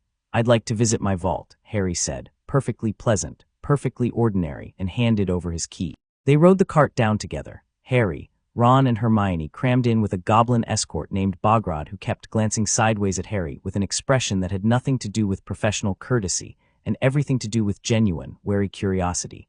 And when they reached Harry's own vault, modest, familiar, stacked with the same gold that had funded 7 years of Hogwarts life, Harry made a show of pretending to check through it while, beneath the surface of his own borrowed calm, he reached out with a piece of awareness that had nothing to do with sight or sound at all, feeling for the particular resonance of goblin wardwork 300 feet further down, the layered, ancient magic of a vault built to be impossible to breach by anyone who hadn't spent decades studying exactly how it was constructed. He had spent decades studying exactly how it was constructed.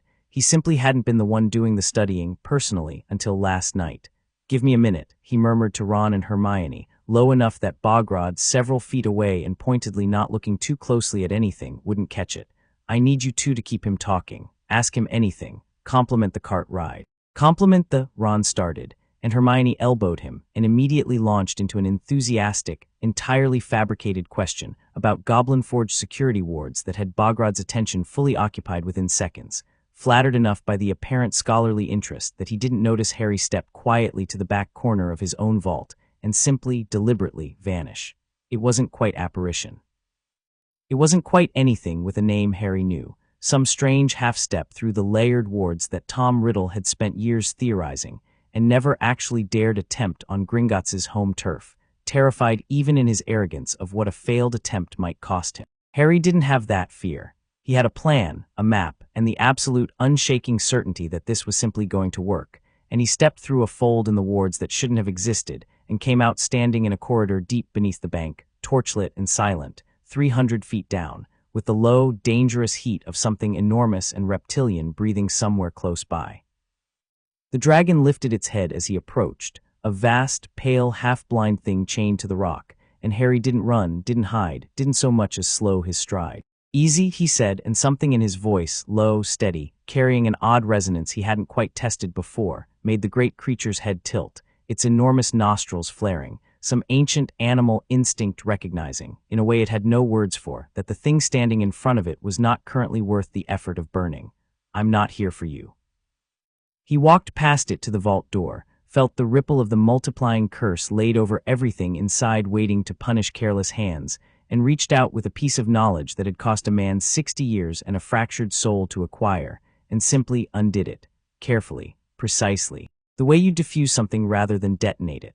The cup sat exactly where he knew it would, small and golden and ordinary-looking amid piles of cursed treasure, and Harry picked it up with steady hands and felt the same sour, muffled hum against his palm that the diadem had carried, weaker even than that one, an afterthought of a Horcrux made in haste by a man who'd never imagined needing more than 6.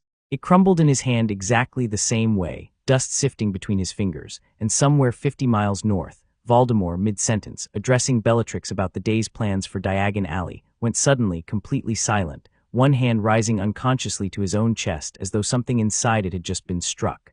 "My lord," Bellatrix said, alarmed. Voldemort didn't answer for a long moment.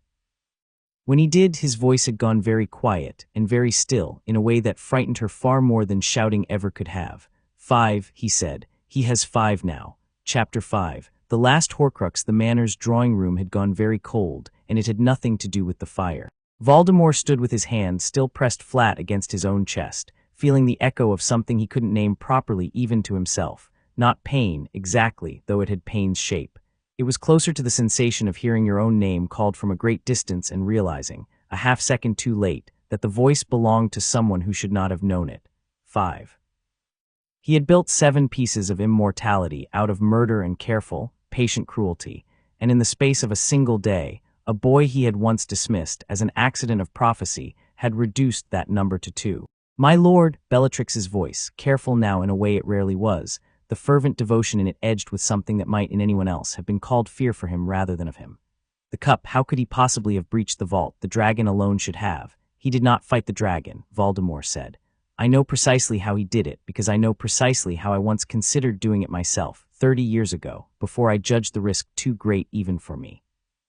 He lowered his hands slowly, and when he turned to face the room, his expression had settled into something worse than fury, a terrible, focused calm. He is not merely using what he took from me. He is improving on it, attempting things I lacked the nerve to attempt. Then we protect Nagini, Bellatrix said immediately. Whatever it takes, move her somewhere he cannot possibly. There is nowhere on this earth he cannot possibly, Voldemort said, and for the first time something in his voice cracked audibly, just at the edges, just enough that everyone in the room heard it and none of them dared acknowledge that they had. Do you still not understand what has happened, Bellatrix? He does not need to search. He does not need luck or clues or months of guesswork. He knows exactly where she is at this moment, the way I know where my own hand is without looking at it. The only question remaining is not whether he finds her. It is whether I am strong enough when he comes for her to stop him. The silence that followed that admission was the longest one the room had held all week. Lucius, standing near the door as he always did now, some animal instinct keeping him close to an exit, spoke carefully into it. My lord, if I may, perhaps the wisest course is not to wait for him to come to us at all. Voldemort's red eyes fixed on him. Explain. He is protective of the people he loves, Lucius said, choosing each word like he was placing his own feet on unstable ground. That has always been his weakness. If we cannot hide Nagini from him, and it seems we cannot, then perhaps the answer is to ensure that when he comes on ground of our choosing, at a time of our choosing, surrounded by threats to the people he would least be willing to let come to harm. Force him to fight defensively rather than offensively. A man fighting to protect others makes different choices than a man fighting only for himself. It was, Voldemort reflected, watching Lucius with something that might once have been respect, and now felt closer to distant, clinical assessment. Exactly the kind of cold, practical cruelty he had spent decades cultivating in his followers. The irony of receiving such counsel from a man he suspected correctly of already quietly weighing his own survival against his master's did not escape him. He simply no longer had the luxury of caring where good strategy came from. The Burrow, Bellatrix said suddenly, eyes bright. The Weasleys, his whole miserable little surrogate family, all in one place. They will not be at the Burrow, Voldemort said. Not this week. They are grieving, and grief keeps people close together, close to where they lost what they lost, which means close to Hogwarts, close to that castle he has apparently decided is untouchable. He was quiet a moment, thinking, and something in the stillness of his thought had the particular quality of a chess player rearranging an entire board in his head. Number: we do not go where he is strong. We go where he cannot yet be. The Weasley girl, Ginevra. She will return to that house eventually, if only to help her mother bury her brother properly, and grief makes people careless about wards they would otherwise maintain scrupulously. You want to use her as bait, Lucius said, and something in his voice, despite himself, carried a note of distaste he immediately tried and failed to smooth away. I want to use her as an opportunity, Voldemort corrected, to face the boy on ground that is not soaked in the confidence he built for himself in that forest clearing. I do not need to win that confrontation outright, Lucius.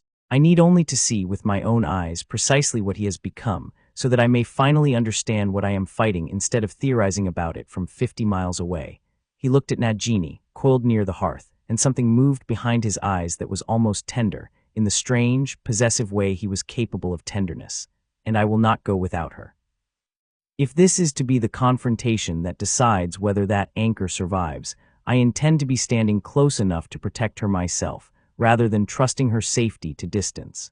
Harry felt the shift before anyone told him about it. He was in the hospital wing, 3 days after Gringotts, sitting beside George Weasley's bed while George stared at the ceiling and said almost nothing, when the pull toward Nagini, that faint, constant compass needle awareness he'd carried since the forest, suddenly sharpened, moved, resolved into a direction that made his stomach drop before he'd even consciously registered why.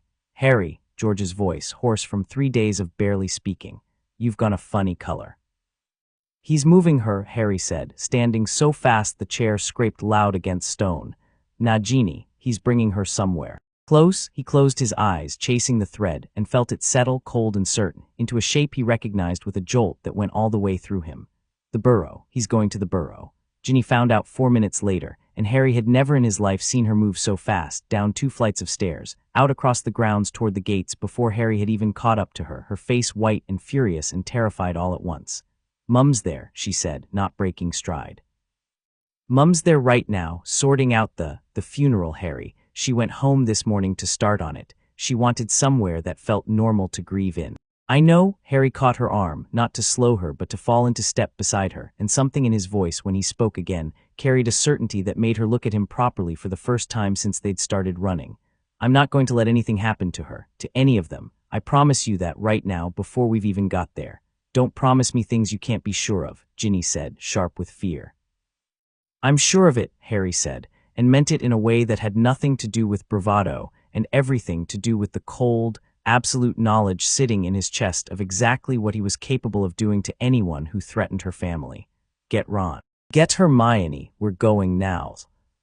They reached the gates at a dead run, and Harry didn't bother with the usual careful process of getting beyond the wards to apparate.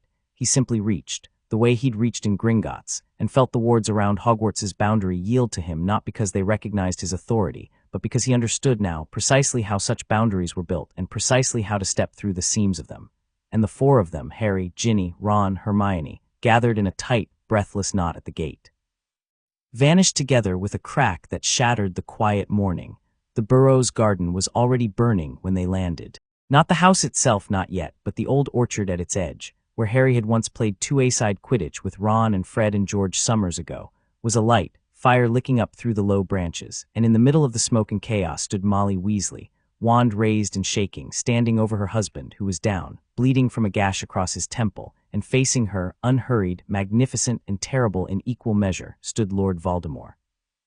Nagini coiled at his feet, close, protective, the way a dog might press against its owner's leg in a strange place.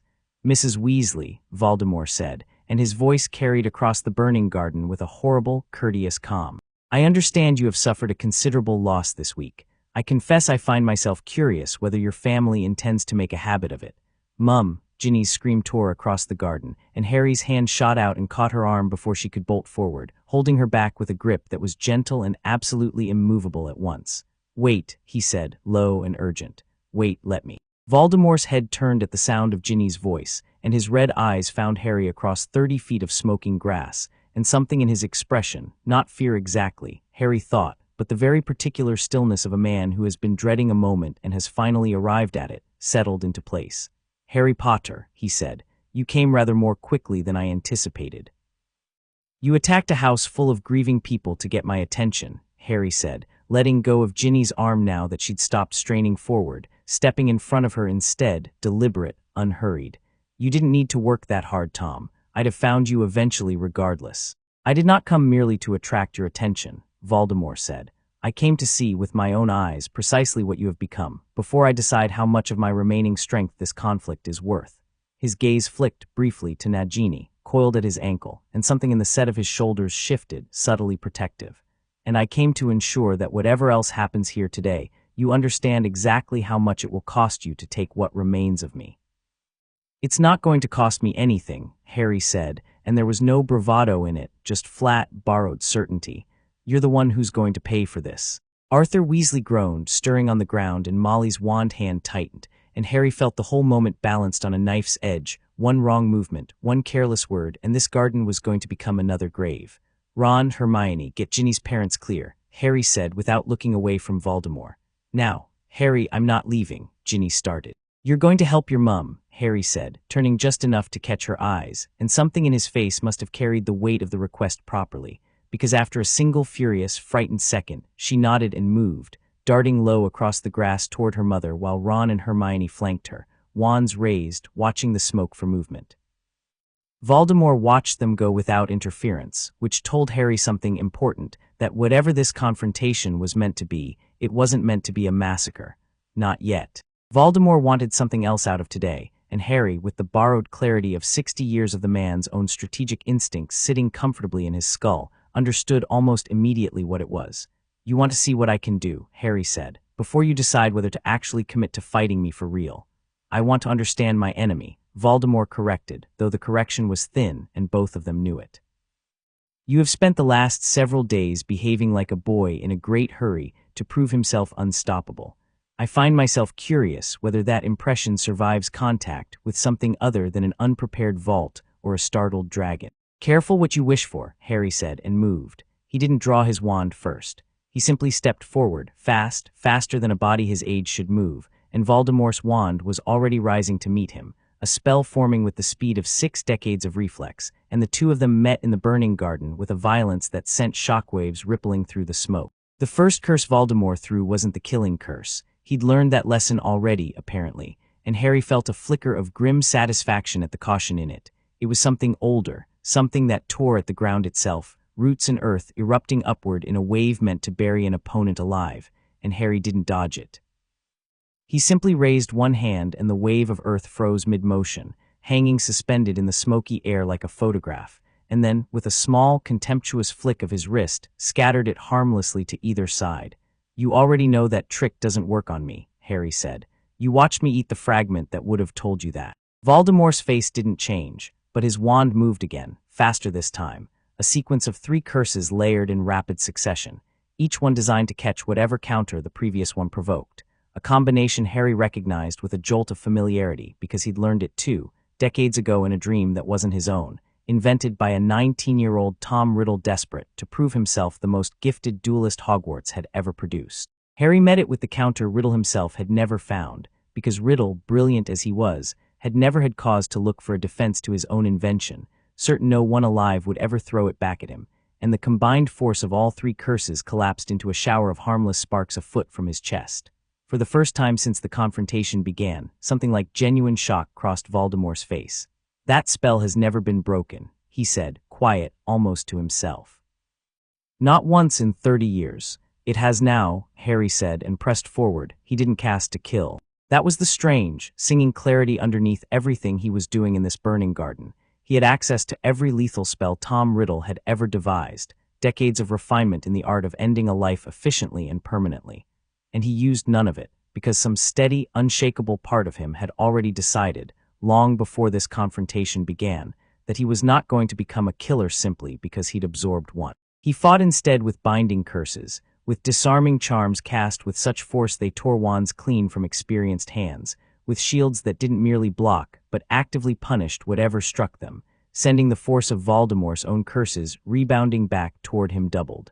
It should have been enough to end the fight in Harry's favor within minutes. It wasn't because Voldemort, for all his shock, was still Voldemort, 60 years of surviving exactly this kind of pressure, 60 years of learning to fight through fear rather than be paralyzed by it, and he adapted with a speed that made Harry's borrowed memories of the man's genius feel suddenly, uncomfortably real rather than abstract. "You fight," Voldemort said, breathing harder now, robes scorched at one shoulder where a rebounded curse had grazed him, "as though you are afraid of killing me." "I'm not afraid of anything about you," Harry said. "I just don't need to kill you to win."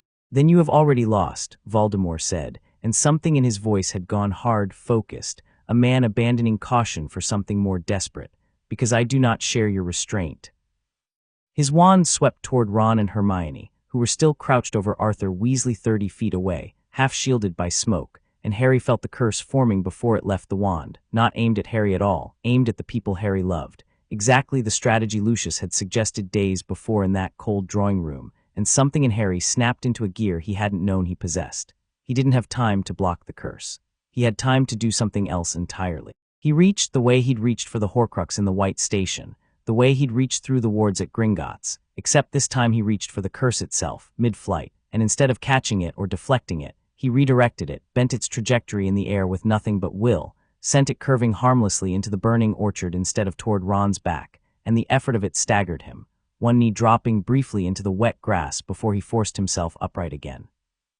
"That," Voldemort said, watching him recover, and something in his voice had gone very careful, very quiet, "should not have been possible either."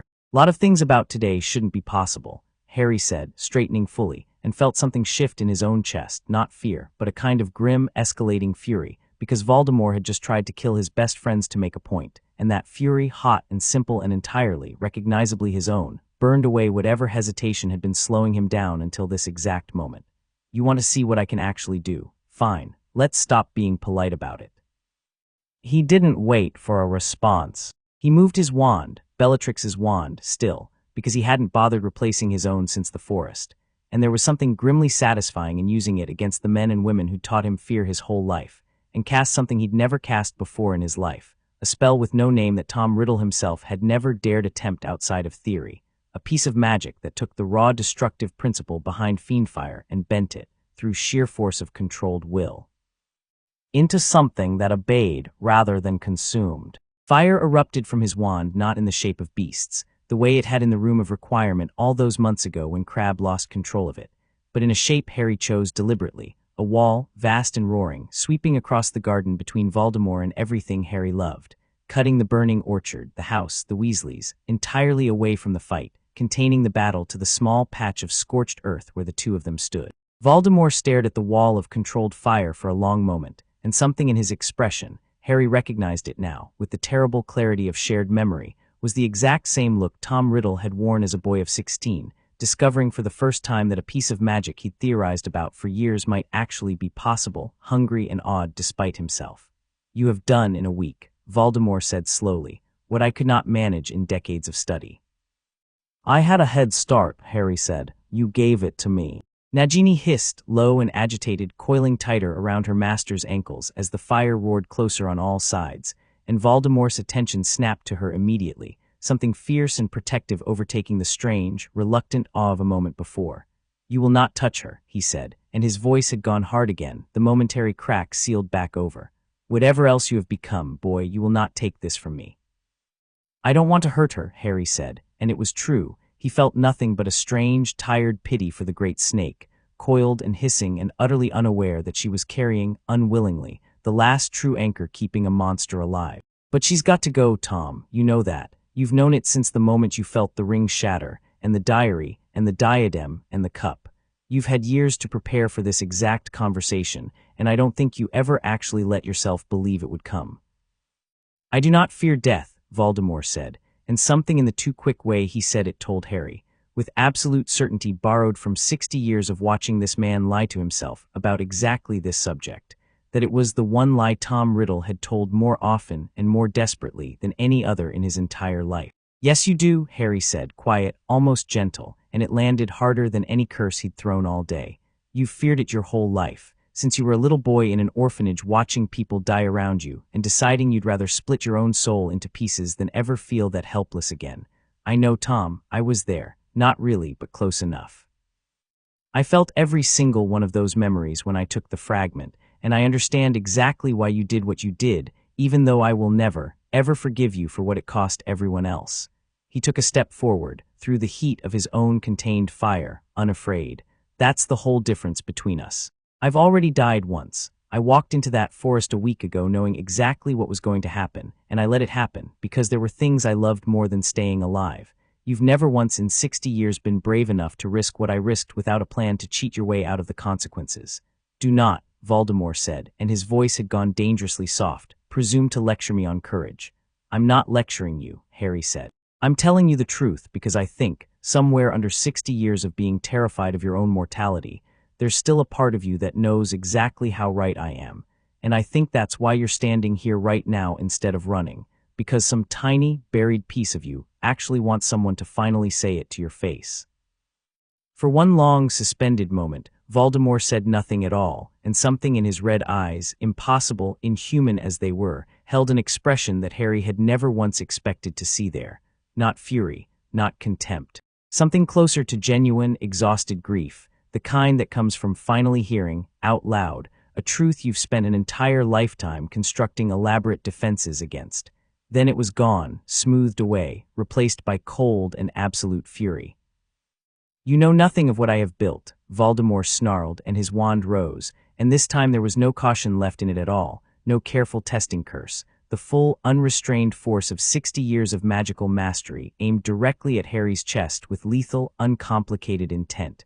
Harry didn't dodge, he didn't shield. He raised his hand, and Bellatrix's wand fell from his fingers, discarded, useless, and he caught the curse, the true killing curse this time, green and vast and absolutely final, in his open palm the way he had in the forest clearing a week ago, except this time he didn't simply let it die against him. He held it. Felt its shape, its terrible, elegant simplicity, 60 years of a murderer's mastery distilled into 2 words and a wand movement, and understood, with the cold clarity of borrowed genius fused permanently to his own stubborn, loving heart, exactly why this spell worked, and exactly why, for the very first time in the history of its casting, it was about to fail completely. This spell only works, Harry said, closing his fist around the dying light, on someone who's afraid of what it does. I already know what's on the other side of it, Tom. I've already been there. You can't kill someone with the fear of death when they've already made peace with it. The curse dissolved into nothing in his hand, and Voldemort, wandless of nothing but breath now, staggered back a single step, an actual visible stagger, the first Harry had ever seen from him, and something in his composure simply broke. "Nagini," he screamed, not a command but something closer to raw panic, and the great snake reared up around his ankles, hissing, sensing her master's terror and responding to it with an aggression born of pure protective instinct, and Harry felt the moment crystallize into something inevitable. He didn't want to do this with violence. He'd known that from the very start, some quiet, steady part of him that had never stopped being simply Harry despite everything else he now carried, and so instead of drawing a curse, he did something else. He crouched, slow, non-threatening, and spoke, in the hissing, sibilant rhythm of Parseltongue that came to him now as easily as English. "He's using you," Harry said, in the snake's own tongue, and Nagini's head swung toward him, startled, her aggression faltering into confusion. "He made you carry a piece of himself without ever asking if you wanted it. You didn't choose this. You've just been surviving the same as everyone else he's ever used." "He is my master," Nagini hissed back, uncertain, coiling tighter. "He feeds me. He speaks to me. No one else ever has." "I know," Harry said, and meant it, feeling a genuine, aching sympathy for the creature that had never asked to become a weapon. "I'm sorry. I don't want to hurt you. I just have to take back what he put inside you that was never yours to begin with." Voldemort, understanding suddenly that Harry was speaking to her, that some negotiation was happening in a language he alone among the humans present could follow, screamed something wordless and furious, and threw himself forward, not casting, simply moving, some primal, desperate instinct overriding 60 years of careful strategic thought entirely, trying to physically place himself between Harry and the snake he'd made his last true anchor to life. Harry didn't fight him for it. He simply reached, the same reaching that had unmade the diadem, the cup, the fragment in his own scar, and found, inside the great snake's ancient, alien mind, the small, sour, muffled hum of the thing that didn't belong there, and drew it out, gently, carefully, the way you'd draw a splinter from skin that had grown around it. Nagini shuddered once violently, and then simply sagged, coiling down into the grass, alive, whole, hers again in a way she hadn't been in years, and the soul fragment that had lived inside her came apart in the air between Harry's outstretched fingers like smoke dispersing in wind. Voldemort's scream, when it came, was not the scream of a man losing a weapon. It was the scream of a man watching, in real time, the last wall between himself and mortality crumble to dust, and he fell to his knees in the scorched grass of the Weasleys' garden. And for one terrible, human moment, Lord Voldemort looked exactly like what he actually was underneath 60 years of carefully constructed terror.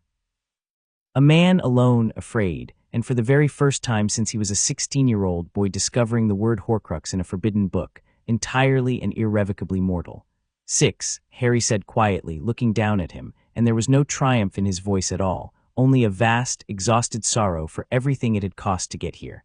That's all of them, Tom. There's nothing left protecting you now except whatever's actually inside you. Voldemort looked up at him, kneeling in the ash and smoke of a garden he'd set alight to prove a point that had, in the end, only proven the opposite, and something in his red eyes had changed entirely, the arrogance gone, the certainty gone, replaced by something raw and furious, and underneath all of it, terrified in a way 60 years of careful cruelty had never once allowed him to be in front of another living person. Then finish it, Voldemort said, low, and his voice shook, just slightly, just once. If you have truly become everything you claim, then finish this now, while I am weak, while you have every advantage. Harry looked at him for a long moment, at the fire dying down around the edges of the containment he'd built, at Ron and Hermione and Ginny watching from behind the wall of flame with expressions Harry couldn't quite read from this distance, at Nagini curled peacefully in the grass, free of a burden she'd never asked to carry, and shook his head slowly. No, he said, not like this. Not while you're on your knees begging for it, because that's not a victory, that's just cruelty with better manners, and I told you already, I don't need to be like you to beat you. He stepped back, letting the wall of fire begin to die down naturally, letting the smoke clear between them. Get up. Go home, wherever home is for you now. Gather whatever's left of your people, if you've still got the nerve to face them after what they just watched. Because the next time we meet, Tom, it's not going to be over a snake or a garden or anybody's mother.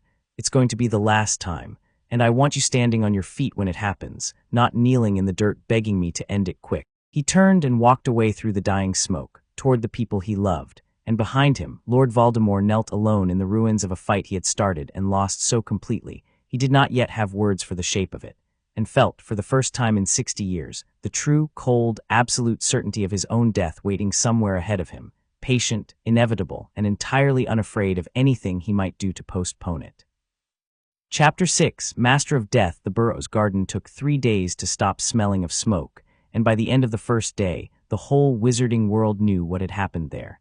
There was no controlling the story this time. Too many people had seen the fire in the sky above the orchard. Too many neighbors in the surrounding fields had watched a wall of flame rise and fall in perfect, deliberate shapes that no accidental blaze could ever produce. And Molly Weasley herself, furious past the point of caring what discretion demanded, had marched straight to the nearest flu connection and told anyone who would listen that Harry Potter had stood in her garden and made the Dark Lord kneel in the dirt. By the following morning, the Daily Prophet had abandoned its careful silence entirely, running a headline that Harry read with a strange, distant feeling in his chest, standing in the great hall with Ginny's hand in his and Ron reading over his other shoulder. The Boy Who Lived Twice, it read, and underneath, in smaller print, a subheading that Rita Skeeter had almost certainly fought someone to get credit for. Sources confirm Potter has destroyed 5 of Dark Lord's immortality wards. Only 2 remain. They got the number wrong, Ron said, frowning. It's just 1 now, isn't it? After Nagini. They don't know about the one that was in me, Harry said. As far as anyone but us knows, that one's still a mystery. Let them keep guessing. Hermione, sitting across the table with a stack of books she'd started assembling the moment they'd returned from the Burrow, old texts on soul magic, most of them useless, a few of them, she insisted, actually promising, looked up with the particular focus she brought to any problem that frightened her enough to need solving through research. He's got nothing left protecting him, she said, just himself. Whatever's left of his actual soul, in whatever state 60 years of splitting it has left it in. She hesitated. Harry, what does that even look like? What happens to a soul that's been broken and half of it never put back together? I don't know, Harry admitted. I've got his memories up until Albania. I don't have whatever's happened to him since, all the years of casting Horcrux magic without a fragment inside me to carry the record of it. Whatever he is now, standing on his own for the first time in decades, that's new territory for both of us. Good, Ginny said quietly, and there was something hard and certain in her voice that Harry recognized. because it was the same thing he'd felt kneeling in the ash of her family's garden, watching Voldemort beg to be killed and refusing him even that. Let it be new. Let him be scared of something new for once, instead of the rest of us being scared of him. Voldemort was, in fact, more afraid than he had been at any point in 60 years, though he would have died, again, properly this time, before admitting it aloud to anyone in the manner that had become, over the past week, considerably less a court and considerably more a holding cell full of people quietly calculating their own survival. He sat alone in the drawing room for most of that first night after the burrow, the fire built high despite the summer heat because the cold he felt now had nothing to do with weather, and turned the shape of his own mortality over and over in his mind like a stone he could not put down. 6 Horcruxes gone. Not merely destroyed, consumed, absorbed into the very boy he had spent his whole adult existence trying to erase, which meant that everything he had ever been, up until the ring, up until Albania, now lived inside Harry Potter's skull alongside whatever native goodness the boy had been cursed with by his insufferable, self-sacrificing parents. It should have disgusted him. Some part of him still did, the old, familiar contempt for weakness, for love, for the soft, foolish sentimentality that had let a woman die willingly for her son and somehow, impossibly, turned that death into the single most powerful protective magic anyone in this war had ever witnessed. But underneath the contempt, quieter, harder to look at directly, was something that felt uncomfortably close to curiosity. What had it done to the boy, carrying that much of him? Had it hollowed anything out, the way Voldemort had always assumed knowledge like his would hollow out anyone unprepared to hold it? Or had the boy simply absorbed it the way he'd claimed, folded 60 years of ambition and cruelty into something that came out the other side still, infuriatingly himself? He did not know. He hated not knowing almost as much as he hated the answer he suspected was true. My lord. Snape's voice, no, not Snape's. Snape had been dead for over a week now, murdered by Voldemort's own hand in a fit of paranoid arithmetic that had, in retrospect, cost him one of the few genuinely capable minds still loyal to his cause. It was Yaxley again, hovering in the doorway with the particular caution of a man who had learned, this past week, exactly how dangerous it was to bring his master unwelcome news. Speak, Voldemort said, without turning from the fire. The ministry, Yaxley said carefully.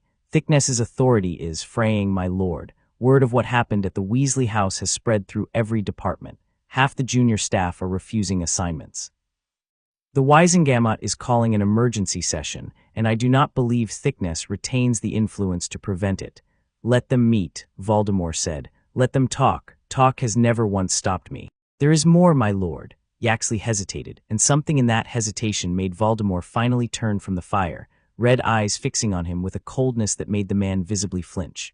The Malfoys. They left the manor an hour ago, took the boy and departed without informing anyone, and when I sent word to intercept them, the wards at their own home refused entry to anyone bearing your mark. For a long moment, Voldemort said nothing at all. Lucius has always understood which way the wind blows before anyone else in the room, he said finally, and there was no fury in it, only a bleak, exhausted recognition, the particular loneliness of watching the last of his careful architecture come apart piece by piece. I built an empire on the loyalty of people who feared me more than they loved anything else. It appears the fear alone was never going to be enough, once something else arrived that they feared more. He rose from his chair and moved to where Nagini's empty coil of blanket still sat by the hearth, empty now, forever, because the great snake herself had simply slithered away into the tall grass of the Weasley's garden the moment her burden was lifted, freed of a bond she'd never asked to carry, and Voldemort had not had the strength in that moment to stop her, and stood there for a long time, looking at the space where the last living thing that had ever, in its limited animal way, seemed to actually want his company used to sleep. Bring me Bellatrix, he said finally, and send word to every follower who has not yet fled. I intend to know, within the week, exactly who remains loyal and who has simply been waiting for permission to run. Bellatrix Lestrange found him an hour later in the same room, still standing by the cold hearth, and something in her master's stillness frightened her more than any explosion of fury ever could have. She had followed this man since she was a young woman, had gone to Azkaban for him and endured 14 years of it without once regretting the choice, had believed, genuinely, completely, with the same fervor other people reserved for religion, that he was untouchable, unkillable, beyond the reach of any weapon the world could produce. Watching him now quiet and diminished in a borrowed drawing room, she understood for the first time in her adult life that this belief might simply have been wrong. My lord, she said, kneeling as she always did, though something in the gesture felt hollower than it once had. "You sent for me." "I did." He did not turn to look at her immediately, and when he finally did, something in his red eyes held an expression she had never once seen there in 16 years of devoted service. Not quite vulnerability, because Voldemort was not capable of vulnerability the way ordinary people understood it, but something adjacent, a kind of raw, uncomfortable honesty that came only from a man who had run out of other options. "Do you fear death, Bellatrix?" The question caught her entirely off guard. "My lord, answer me." She considered it and found to her own surprise that the honest answer came more easily than she expected. "No," she said, "not for myself. I have never feared anything for myself, not since the day I took your mark. I fear it for you, my lord. I have always feared it for you, more than I have ever feared anything in my own life." Something in Voldemort's expression flickered, not quite warmth, but a distant, weary acknowledgement of a devotion he had never once earned honestly and had used without hesitation for 16 years regardless. "He told me something in that garden," Voldemort said quietly. The boy. "He told me I had never once been brave enough to risk what he risked without a plan to cheat the consequences." He paused. "I believe, Bellatrix, that he was correct, and I believe that is the single most humiliating thing anyone has ever said to me, precisely because it is true." "My lord, you cannot believe. I have spent 60 years, Voldemort said, cutting across her with a quiet that was somehow more devastating than any shout, convinced that death was the only true enemy worth fighting, and that anyone who accepted its inevitability rather than fighting it with every resource available to them was simply weak. I split my own soul 7 times to avoid it. I murdered dozens of people, most of them entirely innocent of anything except proximity to my ambition, in pursuit of an immortality that has just been unmade in the space of a single week by a boy who walked willingly into his own execution, because he decided some things mattered more than staying alive." He was quiet a moment. "I do not know how to face an enemy who has already died once and found nothing there worth being afraid of. I have spent my entire existence building myself into something no weapon could touch, and he has simply removed the fear from the equation entirely, and in doing so, made every weapon I have irrelevant." Bellatrix had no answer for that, because there was none to give, and for the first time since she had known him, Lord Voldemort did not seem to expect one. The final confrontation, when it came exactly 1 week later, and it came at Voldemort's choosing, not Harry's, a summons delivered not by any Death Eater but by an owl, plain and unremarkable, carrying a single unsigned note that arrived at the Hogwarts gates on a gray, still morning, the Astronomy Tower. Sunset. "Alone, if you have the nerve for it." Harry read it twice, standing in the entrance hall with Ron and Hermione crowded close, and felt something settle into place inside him that had been building for a week, not dread, not quite, but a kind of grim, ready certainty, the feeling of a story finally arriving at the ending it had always been going to reach. "You're not going alone," Ron said immediately. "I have to." "You don't have to," Hermione said, sharp with fear. "That's exactly the kind of thing he wants you to think, Harry, some noble idea about facing him one-on-one, because that's how these things are supposed to work in books." "It's not about nobility," Harry said gently, cutting her off before the argument could build steam, though he understood exactly why she needed to have it. "It's about what he needs from this. He's spent his whole life believing strength meant never being vulnerable, never trusting anyone, never needing anyone else's help. If I show up with the 2 of you flanking me, with McGonagall's whole staff standing guard, I'm not proving anything to him except that I'm still afraid of facing what's left of him on my own. And I'm not. I need him to see that clearly, with nothing else in the way."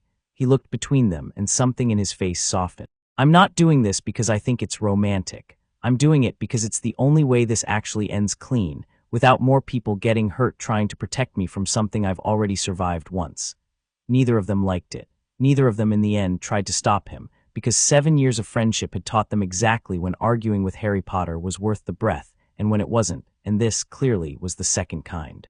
McGonagall found him an hour before sunset, standing at the base of the tower stairs, and studied him with the same searching, assessing look she'd worn the night of the battle, cataloging him for whatever flaw she still half expected to find. "You do not have to do this alone, Potter," she said. "I know," Harry said. "I want to."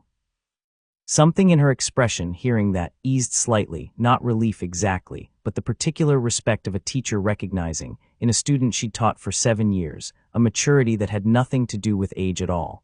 "Then go," she said, "and come back down those stairs, Potter. I have had quite enough funerals for one lifetime."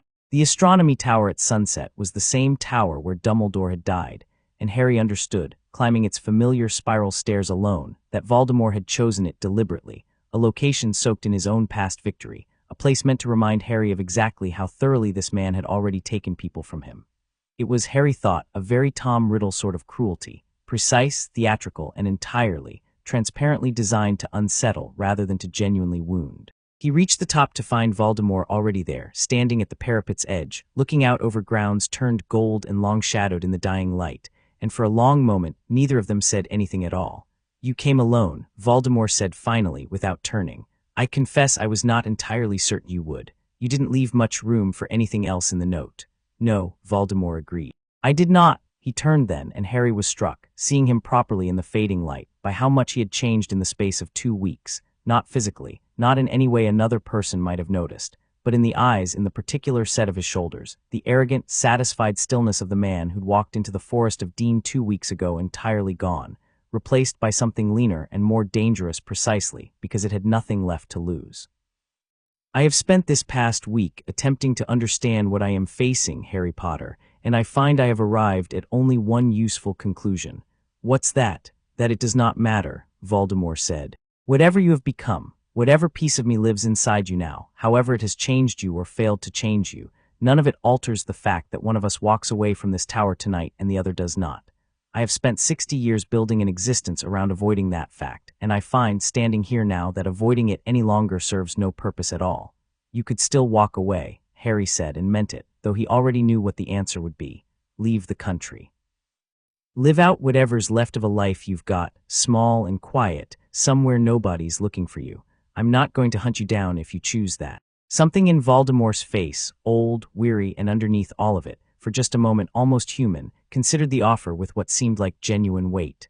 "I know," he said finally. "That is, perhaps, the most unsettling thing about you, Potter. I believe you entirely that you would let me go, that some part of your ludicrous, sentimental heart would rather see me diminished and alive than dead by your hand. And I find that I cannot accept it, not because I doubt your sincerity, but because a life spent hiding, small and quiet, stripped of everything I have ever built myself to be, that is not survival to me. That is simply a slower version of the thing I have spent 60 years refusing to accept." He drew his wand, unhurried, and something in the gesture carried a strange, tired dignity. "I would rather end as myself, in a fight I chose, than live as something smaller that you decided to spare." Harry drew his own wand, his actual wand, holly and phoenix feather, retrieved from Ron days ago and carried since, because whatever else this fight was going to be, he wanted to face it holding something that had always truly been his own. "Then let's finish it," he said. "Properly. No tricks, no Horcruxes, no cheating your way out the back door, just the two of us." Voldemort inclined his head, once an almost courtly gesture, and for a moment the two of them stood there at opposite ends of the tower, framed by the last gold light of the day, and something in the stillness carried the particular gravity of an ending both of them had been walking towards since before either of them was born. Avada Kedavra, Expelliarmus. The spells met in the center of the tower in a collision of green and red light that lit the whole sky, a sound like the world itself cracking open, and for one impossible, suspended moment, the two beams held perfectly balanced against each other, neither yielding, the tower's stones vibrating with the sheer accumulated force of the confrontation. Harry felt it then, the same thing he'd felt at Gringotts, at the Burrow, in the white space between life and death 2 weeks earlier, the deep, absolute certainty of exactly what he was and exactly what he was fighting for, and he poured every ounce of it into the spell, not with rage, not with hatred, but with something steadier and, in the end, far more powerful. The simple, unshakable knowledge that he had already died once, willingly, for the people standing below in that castle, and he was not afraid, even now, even here, of doing it again if that was what it took. Voldemort's spell began, slowly, inexorably, to lose ground. "You cannot," Voldemort's voice, strained now, the first genuine effort Harry had ever heard from him, sweat beating at his temple despite the cool evening air. "You cannot simply will your way past 60 years of—" "I'm not willing my way past anything," Harry said, and his voice, even under the strain of holding the spell, came out steady, almost gentle. "I just don't need to win, Tom. That's the whole difference. You need this. You need to be the one who survives, because surviving is the only thing you've ever actually believed in. I don't need anything except for this to be over, so nobody else has to die because of you." And wanting something less than you want it turns out to be its own kind of strength. The green light flickered, faltered, and in the space of that faltering, Harry saw something in Voldemort's face that he had never once expected to see there. Not fury, not even fear exactly, but a terrible, dawning grief. The grief of a man finally understanding in the last moments of his own existence that everything he had built his identity around had been, from the very beginning, precisely backward. The red light surged forward, and the wand flew from Voldemort's hand in a wide, spinning arc, and the green light collapsed entirely, dissipating into nothing against the ancient stones of the tower, and Voldemort staggered back against the parapet, wandless, breathing hard, and for one long moment simply stood there, looking at Harry across the space between them with an expression Harry would carry with him for the rest of his life. He didn't attack again. He didn't beg the way he had in the Weasley's garden. He simply stood and looked, and something in his ancient, ruined face settled, finally, into something that might, in another life, have been called peace. "I understand it now," he said quietly. "What you did in that white place, what you took and what you refused to become despite taking it." He was quiet a moment. "I do not think I could have made the same choice, Harry Potter, even given the chance. I do not think I was ever capable of it. That is the whole of the difference between us, and I believe I have known it, somewhere, since the night I first tried to kill you and failed." "You could still choose something now," Harry said, lowering his wand slightly, though he didn't put it away. "It's not too late, not even now." Voldemort looked at him for a long moment, and something in his expression, grief and exhaustion, and underneath all of it, a strange, terrible relief, settled into place like a decision finally, fully made. "No," he said, "I do not believe it is." He didn't move for his wand, lying several feet away on the stone floor of the tower. He simply stood there at the parapet's edge, and closed his eyes, and Harry understood, with a jolt of clarity that had nothing to do with borrowed memory, and everything to do with simple human recognition, exactly what was about to happen. "Wait," he started, taking a step forward, some old, instinctive part of him refusing to let even this man simply fall without trying to stop it. But Voldemort had already stepped back, off the edge of the tower, into the gathering dark, and he did not scream on the way down, and the sound when it came was very quiet and very final, and Harry stood alone at the top of the astronomy tower in the last light of the evening, looking down at where the most feared dark wizard of the century had chosen, finally, after 60 years of running from exactly this, to simply let go. They found him at the base of the tower a few minutes later, Ron and Hermione first, having heard the collision of spells from the grounds below and come running despite everything Harry had asked of them, followed quickly by McGonagall, and then by what felt like half the castle, drawn by the light and the noise, and underneath it, some instinctive understanding that the war had just, finally, actually ended. Harry stood over the body for a long moment before anyone said anything at all. "He jumped," Harry said finally, quiet, still working through it himself. "I disarmed him, I won. And then he chose to end it himself, rather than let me be the one to do it, or rather than run." He looked up at Hermione, and something in his voice, for the first time in 2 weeks, carried genuine confusion rather than certainty. "I don't know if that's a victory or not. I don't know what to call it." "It's over," Hermione said gently, coming to stand beside him, looking down at the still small shape at their feet, not monstrous now, not terrifying, just a man, finally, entirely mortal. "That's what it is, Harry. Whatever else it was, it's over." Ron said nothing, just put a hand on Harry's shoulder, steady and warm, and around them the grounds slowly filled with people, students, staff, the last remaining Order members, Kingsley Shacklebolt arriving by portkey within the hour once word reached the Ministry, all of them gathering in the fading light to look at the end of something that had shaped every one of their lives for longer than most of them could properly remember. McGonagall found Harry sometime later, standing apart from the crowd, looking out over the dark lake, and came to stand beside him without saying anything at first.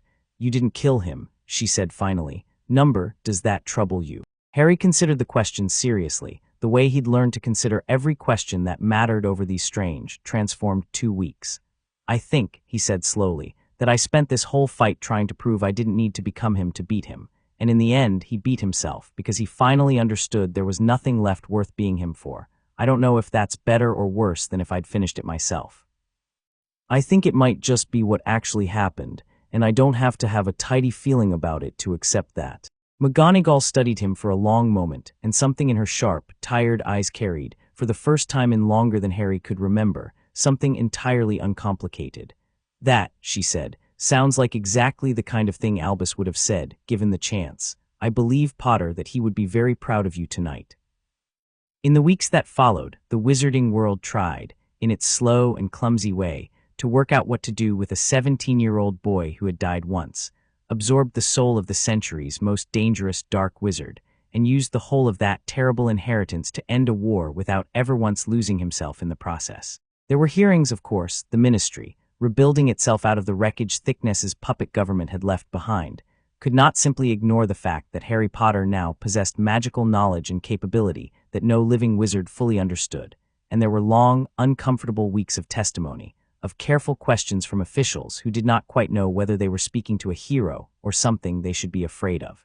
Harry answered every question honestly. He didn't hide what he'd done, didn't soften it, didn't pretend the power sitting inside him was smaller or safer than it actually was, because he'd decided, somewhere in that white station between worlds, that hiding was never going to be the answer to anything again. "I could lie to you," he told the assembled Wisengamot on the final day of the hearings, standing in the same courtroom where he'd once been tried as a 14-year-old for defending himself against Dementors.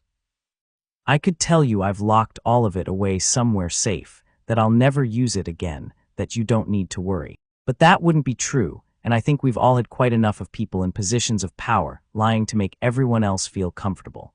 He looked around the room, at faces still uncertain, still frightened in ways that had nothing to do with him personally and everything to do with the shape of what he represented. "What I can tell you is that I've had every chance in the world to use this the way he did. I could have taken over anything I wanted the moment that fight ended. I didn't because that was never what I wanted, and I don't think it ever will be. You'll have to decide whether that's enough to trust me on. I can't make that decision for you." It was Kingsley Shacklebolt, sworn in as interim minister for magic within the month, who finally settled the matter, standing before the assembled Wisengamot with the quiet, unshakable authority of a man who had spent 30 years learning exactly how to read people. "We have spent this entire war," he said, "afraid of power we didn't understand, in the hands of a man who used it to terrorize and destroy. I will not make the mistake of being equally afraid of power in the hands of someone who has, by every measure we have available to us, used it only to protect. Harry Potter is 17 years old. He is not a weapon to be regulated, and he is not a threat to be contained. He is a boy who died for the rest of us and came back, and chose, every single day since, to be worthy of that choice. I believe that is worth rather more than any amount of theoretical danger this chamber wishes to worry about." The funeral for Fred Weasley took place a week after the hearings concluded, on a bright, unseasonably warm afternoon at the edge of the Burrow's orchard, rebuilt now, the burned trees replaced with young saplings that wouldn't bear fruit for years, but standing nonetheless, green and stubborn and alive. Harry stood beside Ginny through the whole of it, holding her hand while George stood at the front with red-rimmed eyes, and near the very end, made a joke so terrible and so perfectly, exactly the kind of thing Fred would have made himself, that half the mourners laughed even as they cried, because that, in the end, was the only way any of them knew how to grieve properly. Afterward, sitting in the garden with the last of the sun going down and Ron's whole enormous, grieving, unbroken family scattered around them in small, quiet knots of conversation, Hermione found Harry apart from the rest, looking out over the orchard with an expression she'd learned these past weeks to recognize as him working through something too large to say out loud right away. "You're thinking about him," she said, sitting down beside him. "Riddle, I think about him most days," Harry admitted. Not like he's talking to me, or trying to take over, nothing like that. Just I've got 60 years of someone else's whole life living in my head now forever, and some days it's just there, quiet, and other days I catch myself understanding something about the world in a way that feels like his understanding rather than mine, and I have to sit with that for a bit before it settles." "Does it scare you?" Harry considered the question honestly, the way he considered everything now. "Less than it used to," he said. "I think I spent that whole White Station conversation with Dumbledore terrified that taking it would mean losing myself somehow, waking up one day and not recognizing who was looking back out of my own eyes. And it didn't happen. I'm still exactly who I was, Hermione, maybe more stubborn if anything, because now I've got a very clear, very detailed picture of exactly what happens to a person who chooses power over love, every single time for 60 years, and it's about the least appealing thing I've ever seen." He looked over at Ginny, laughing at something George had just said, bright and alive and entirely unafraid of him despite everything. "I think that's the whole answer, actually. He had 60 years of power and never once had this. Never once had people who'd choose to sit with him in a garden just because they loved him, not because they were scared of him or needed something from him. I've got all his knowledge and none of his loneliness, and it turns out that's not just a nicer way to live, it's a stronger one too. Hermione was quiet for a moment, watching the last light fade over the orchard. Dumbledore was right then, she said, about the fire and the wood. Yeah, Harry said, and something in his voice, for the first time in weeks, carried nothing but simple, uncomplicated peace. I think he was. Ron wandered over a few minutes later, plates of his mother's cooking balanced in both hands, and settled down on Harry's other side without a word, handing one plate over, and the three of them sat there together as the sun went down over the rebuilt orchard, saying nothing much at all, because after everything, the forest, the White Station, the choice that had changed everything, the war that had finally actually ended, there wasn't really anything left that needed saying. There was just this, the people he loved, close enough to touch, alive and whole and utterly unafraid of what he'd become, and Harry Potter, master of more magic than any wizard alive had a right to hold, sitting quietly in the grass with a plate of shepherd's pie, exactly, entirely, and forever himself.